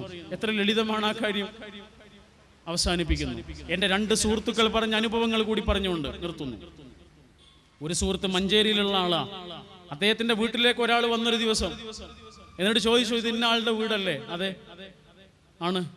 നിങ്ങളുടെ വീട്ടിൽ ഒരു 2-3 കൊല്ലങ്ങൾക്ക് മുമ്പ് വല്ല കല്യാണമോ സൽക്കാരമോ എന്തെങ്കിലും നടന്നിരുന്നോ? നടന്നിരുന്നു. എൻ്റെ അനുജന്റെ വിവാഹം നടന്നിരുന്നു. ആണല്ലേ? അന്ന് നിങ്ങൾ ചിക്കൻ വാങ്ങിയിരുന്നത് മഞ്ചേരിയിലെ ഇന്ന കടയിൽ നിന്നായിരുന്നില്ലേ? അതെ ആണല്ലേ? ആ കടയുടെ ഉടമസ്ഥനാണ് ഞാൻ. ഈ അടുത്താണ് ഞങ്ങളുടെ തുലാസ് ഞങ്ങളൊരു പരിശോധനയ്ക്ക് വേണ്ടി കൊടുത്തത്. അപ്പോഴാണ് അറിയുന്നത് 150 ഗ്രാം കുറവായിട്ടാണ് കാണിക്കുന്നത്. അങ്ങനെയാണെങ്കിൽ അന്ന് നിങ്ങൾക്ക് വലിയൊരു സംഖ്യ നഷ്ടപ്പെട്ടിട്ടുണ്ടാവും. ആ പൈസ തരാൻ വേണ്ടി വന്നതാണ് എന്ന് പറഞ്ഞ് ഒരു നോട്ട് കെട്ട് അവിടെ വെച്ച് ആ വീട്ടുടമസ്ഥൻ അത് എണ്ണി നോക്കുന്നത് വരെ മാത്രം അവിടെ നിന്ന് ഒരു ചായ സൽക്കാരത്തിന് പോലും കാത്തു നിൽക്കാതെ ആ മനുഷ്യൻ തിരിച്ചുപോയി. ആ മനുഷ്യന്റെ ഉള്ളിലുള്ളത് എന്താണ്? അതാണ് പരലോകം എന്ന ബോധം. കണ്ണൂരിനടുത്ത കൂത്തുപറമ്പിലുള്ള എൻ്റെ ഒരു സുഹൃത്ത് പറഞ്ഞ, അദ്ദേഹത്തിന്റെ ഉമ്മയുടെ അടുത്ത് ഉമ്മയുടെ അമ്മാവൻ ഒരു ദിവസം ഒരു സ്വർണ്ണ ചെയിന് കൊണ്ടുവന്നു കൊടുത്തു എന്ന്. അപ്പൊ ഉമ്മ പറയാണ്, എനിക്ക് സ്വർണ്ണ ചെയിനിന്റെ ആവശ്യമൊന്നുമില്ല, എനിക്ക് സ്വർണ്ണമുണ്ട്, ചെയിനുണ്ട് എന്ന് പറഞ്ഞു. അപ്പൊ അയാൾ പറഞ്ഞു, അത് നിന്റെ സ്വർണ്ണ ചെയിനാണ്, എന്റേതോ? അതെ, നീ ചെറിയ കുട്ടിയായിരുന്ന സമയത്ത് നിന്റെ ഒരു മാല കാണാതെ പോയിരുന്നില്ലേ? അതാണ് ഇത്. 10-47 കൊല്ലങ്ങൾക്ക് മുമ്പ് ഈ ഉമ്മ ചെറിയ പെൺകുട്ടിയായിരുന്ന സമയത്ത് ഒരു മാല മോഷണം പോയി. ഒരുപാട് ആളുകളെ സംശയിച്ച്, പക്ഷെ ഒരിക്കലും ഈ അമ്മാവനെ സംശയിച്ചിട്ടില്ല. പക്ഷെ അയാളായിരുന്നു അത് എടുത്തത്. എന്നിട്ട് 47 കൊല്ലങ്ങളുടെ ശേഷം അത് തിരിച്ചു കൊടുത്തിട്ട് അയാൾ പറയാണ്, ഈ കാര്യം നീ ആരോടെങ്കിലും പറഞ്ഞിട്ട് എന്നെ വഷളാക്കിയാലും എനിക്ക് പ്രശ്നമൊന്നുമില്ലട്ടോ. പക്ഷേ ഞാൻ ഇന്നലെ ഖുർആനിലൊരു ആയത്ത് കണ്ടു. ഈ അടുത്താണ് ഞാൻ ഖുർആൻ വായിക്കാനും പഠിക്കാനൊക്കെ തുടങ്ങിയത്. ഞാൻ ഇന്നലെ ഒരു ആയത്ത് പഠിച്ചു. ആ ആയത്ത് ഇങ്ങനെയാണ്, യൗമ യൗമ, ആ ദിവസം, തുബിലസ്സറായിർ, എല്ലാ രഹസ്യങ്ങളും പരസ്യമാക്കപ്പെടും. നമ്മുടെ ഉള്ളിൽ നിന്ന്, നമ്മുടെ ഇടയിൽ നിന്നുള്ള 2 ഉദാഹരണങ്ങളാണ് സൂചിപ്പിച്ചത്. ദൈവബോധവും പരലോകം എന്ന ബോധവും നമ്മുടെ ജീവിതത്തെ സ്വാധീനിക്കട്ടെ, നമ്മുടെ കർമ്മ മേഖലകളെ മുഴുവനും നന്നാക്കട്ടെ, നമ്മുടെ സ്വകാര്യവും പരസ്യവുമായ ജീവിതത്തെ മുഴുവനും ശുദ്ധീകരിക്കട്ടെ. എത്ര കടുത്ത സാഹചര്യങ്ങളിലും പാപങ്ങളിലേക്ക് പോകാതെ, തിന്മകളിലേക്ക് വഴുതാതെ ജീവിക്കുവാനുള്ള സന്നദ്ധത നമ്മുടെ ഈമാനിന്റെ കരുത്തുകൊണ്ട് നേടിയെടുക്കാൻ, സത്യവിശ്വാസത്തിന്റെ ഉൾക്കരുത്ത് കൊണ്ട് നേടിയെടുക്കാൻ നമുക്ക് കഴിയട്ടെ. എത്ര ചതിക്കപ്പെട്ടാലും ഒരാളെയും ചതിക്കാതെ, എത്ര വഞ്ചിക്കപ്പെട്ടാലും ഒരാളെയും വഞ്ചിക്കാതെ, എത്ര പരിഹസിക്കപ്പെട്ടാലും ഒരാളെയും പരിഹസിക്കാതെ ജീവിത ശുദ്ധിയോടുകൂടി നിർവഹിച്ച് ഈ ആയുസ് നിർവഹിച്ച് തീർക്കുവാൻ ദയാലുവായ അള്ളാഹു നമുക്കെല്ലാവർക്കും അനുഗ്രഹം ചൊരിയട്ടെ എന്ന് പ്രാർത്ഥിച്ച്, നിങ്ങൾക്കെല്ലാവർക്കും നന്മകൾ നേർന്നുകൊണ്ട് ഇത്ര ശ്രദ്ധയോടുകൂടി ഈ സംസാരം ശ്രവിച്ചതിന് മനസ്സിന്റെ ആഴങ്ങളിൽ നിന്നുള്ള കടപ്പാട് അറിയിച്ചുകൊണ്ട് ഞാൻ എൻ്റെ വാക്കുകൾ അവസാനിപ്പിക്കുന്നു. റബ്ബനാ ആതിനാ ഫിദ്ദുനിയാ ഹസന വഫിൽ ആഖിറതി ഹസനതൻ വഖിനാ അദാബന്നാർ. അല്ലാഹുമ്മ സ്വല്ലി വസല്ലിം അലാ നബിയിക മുഹമ്മദ് വആലിഹി വഅസ്ഹാബിഹി വസല്ലം. വസ്സലാമു അലൈക്കും വറഹ്മത്തുള്ളാഹി.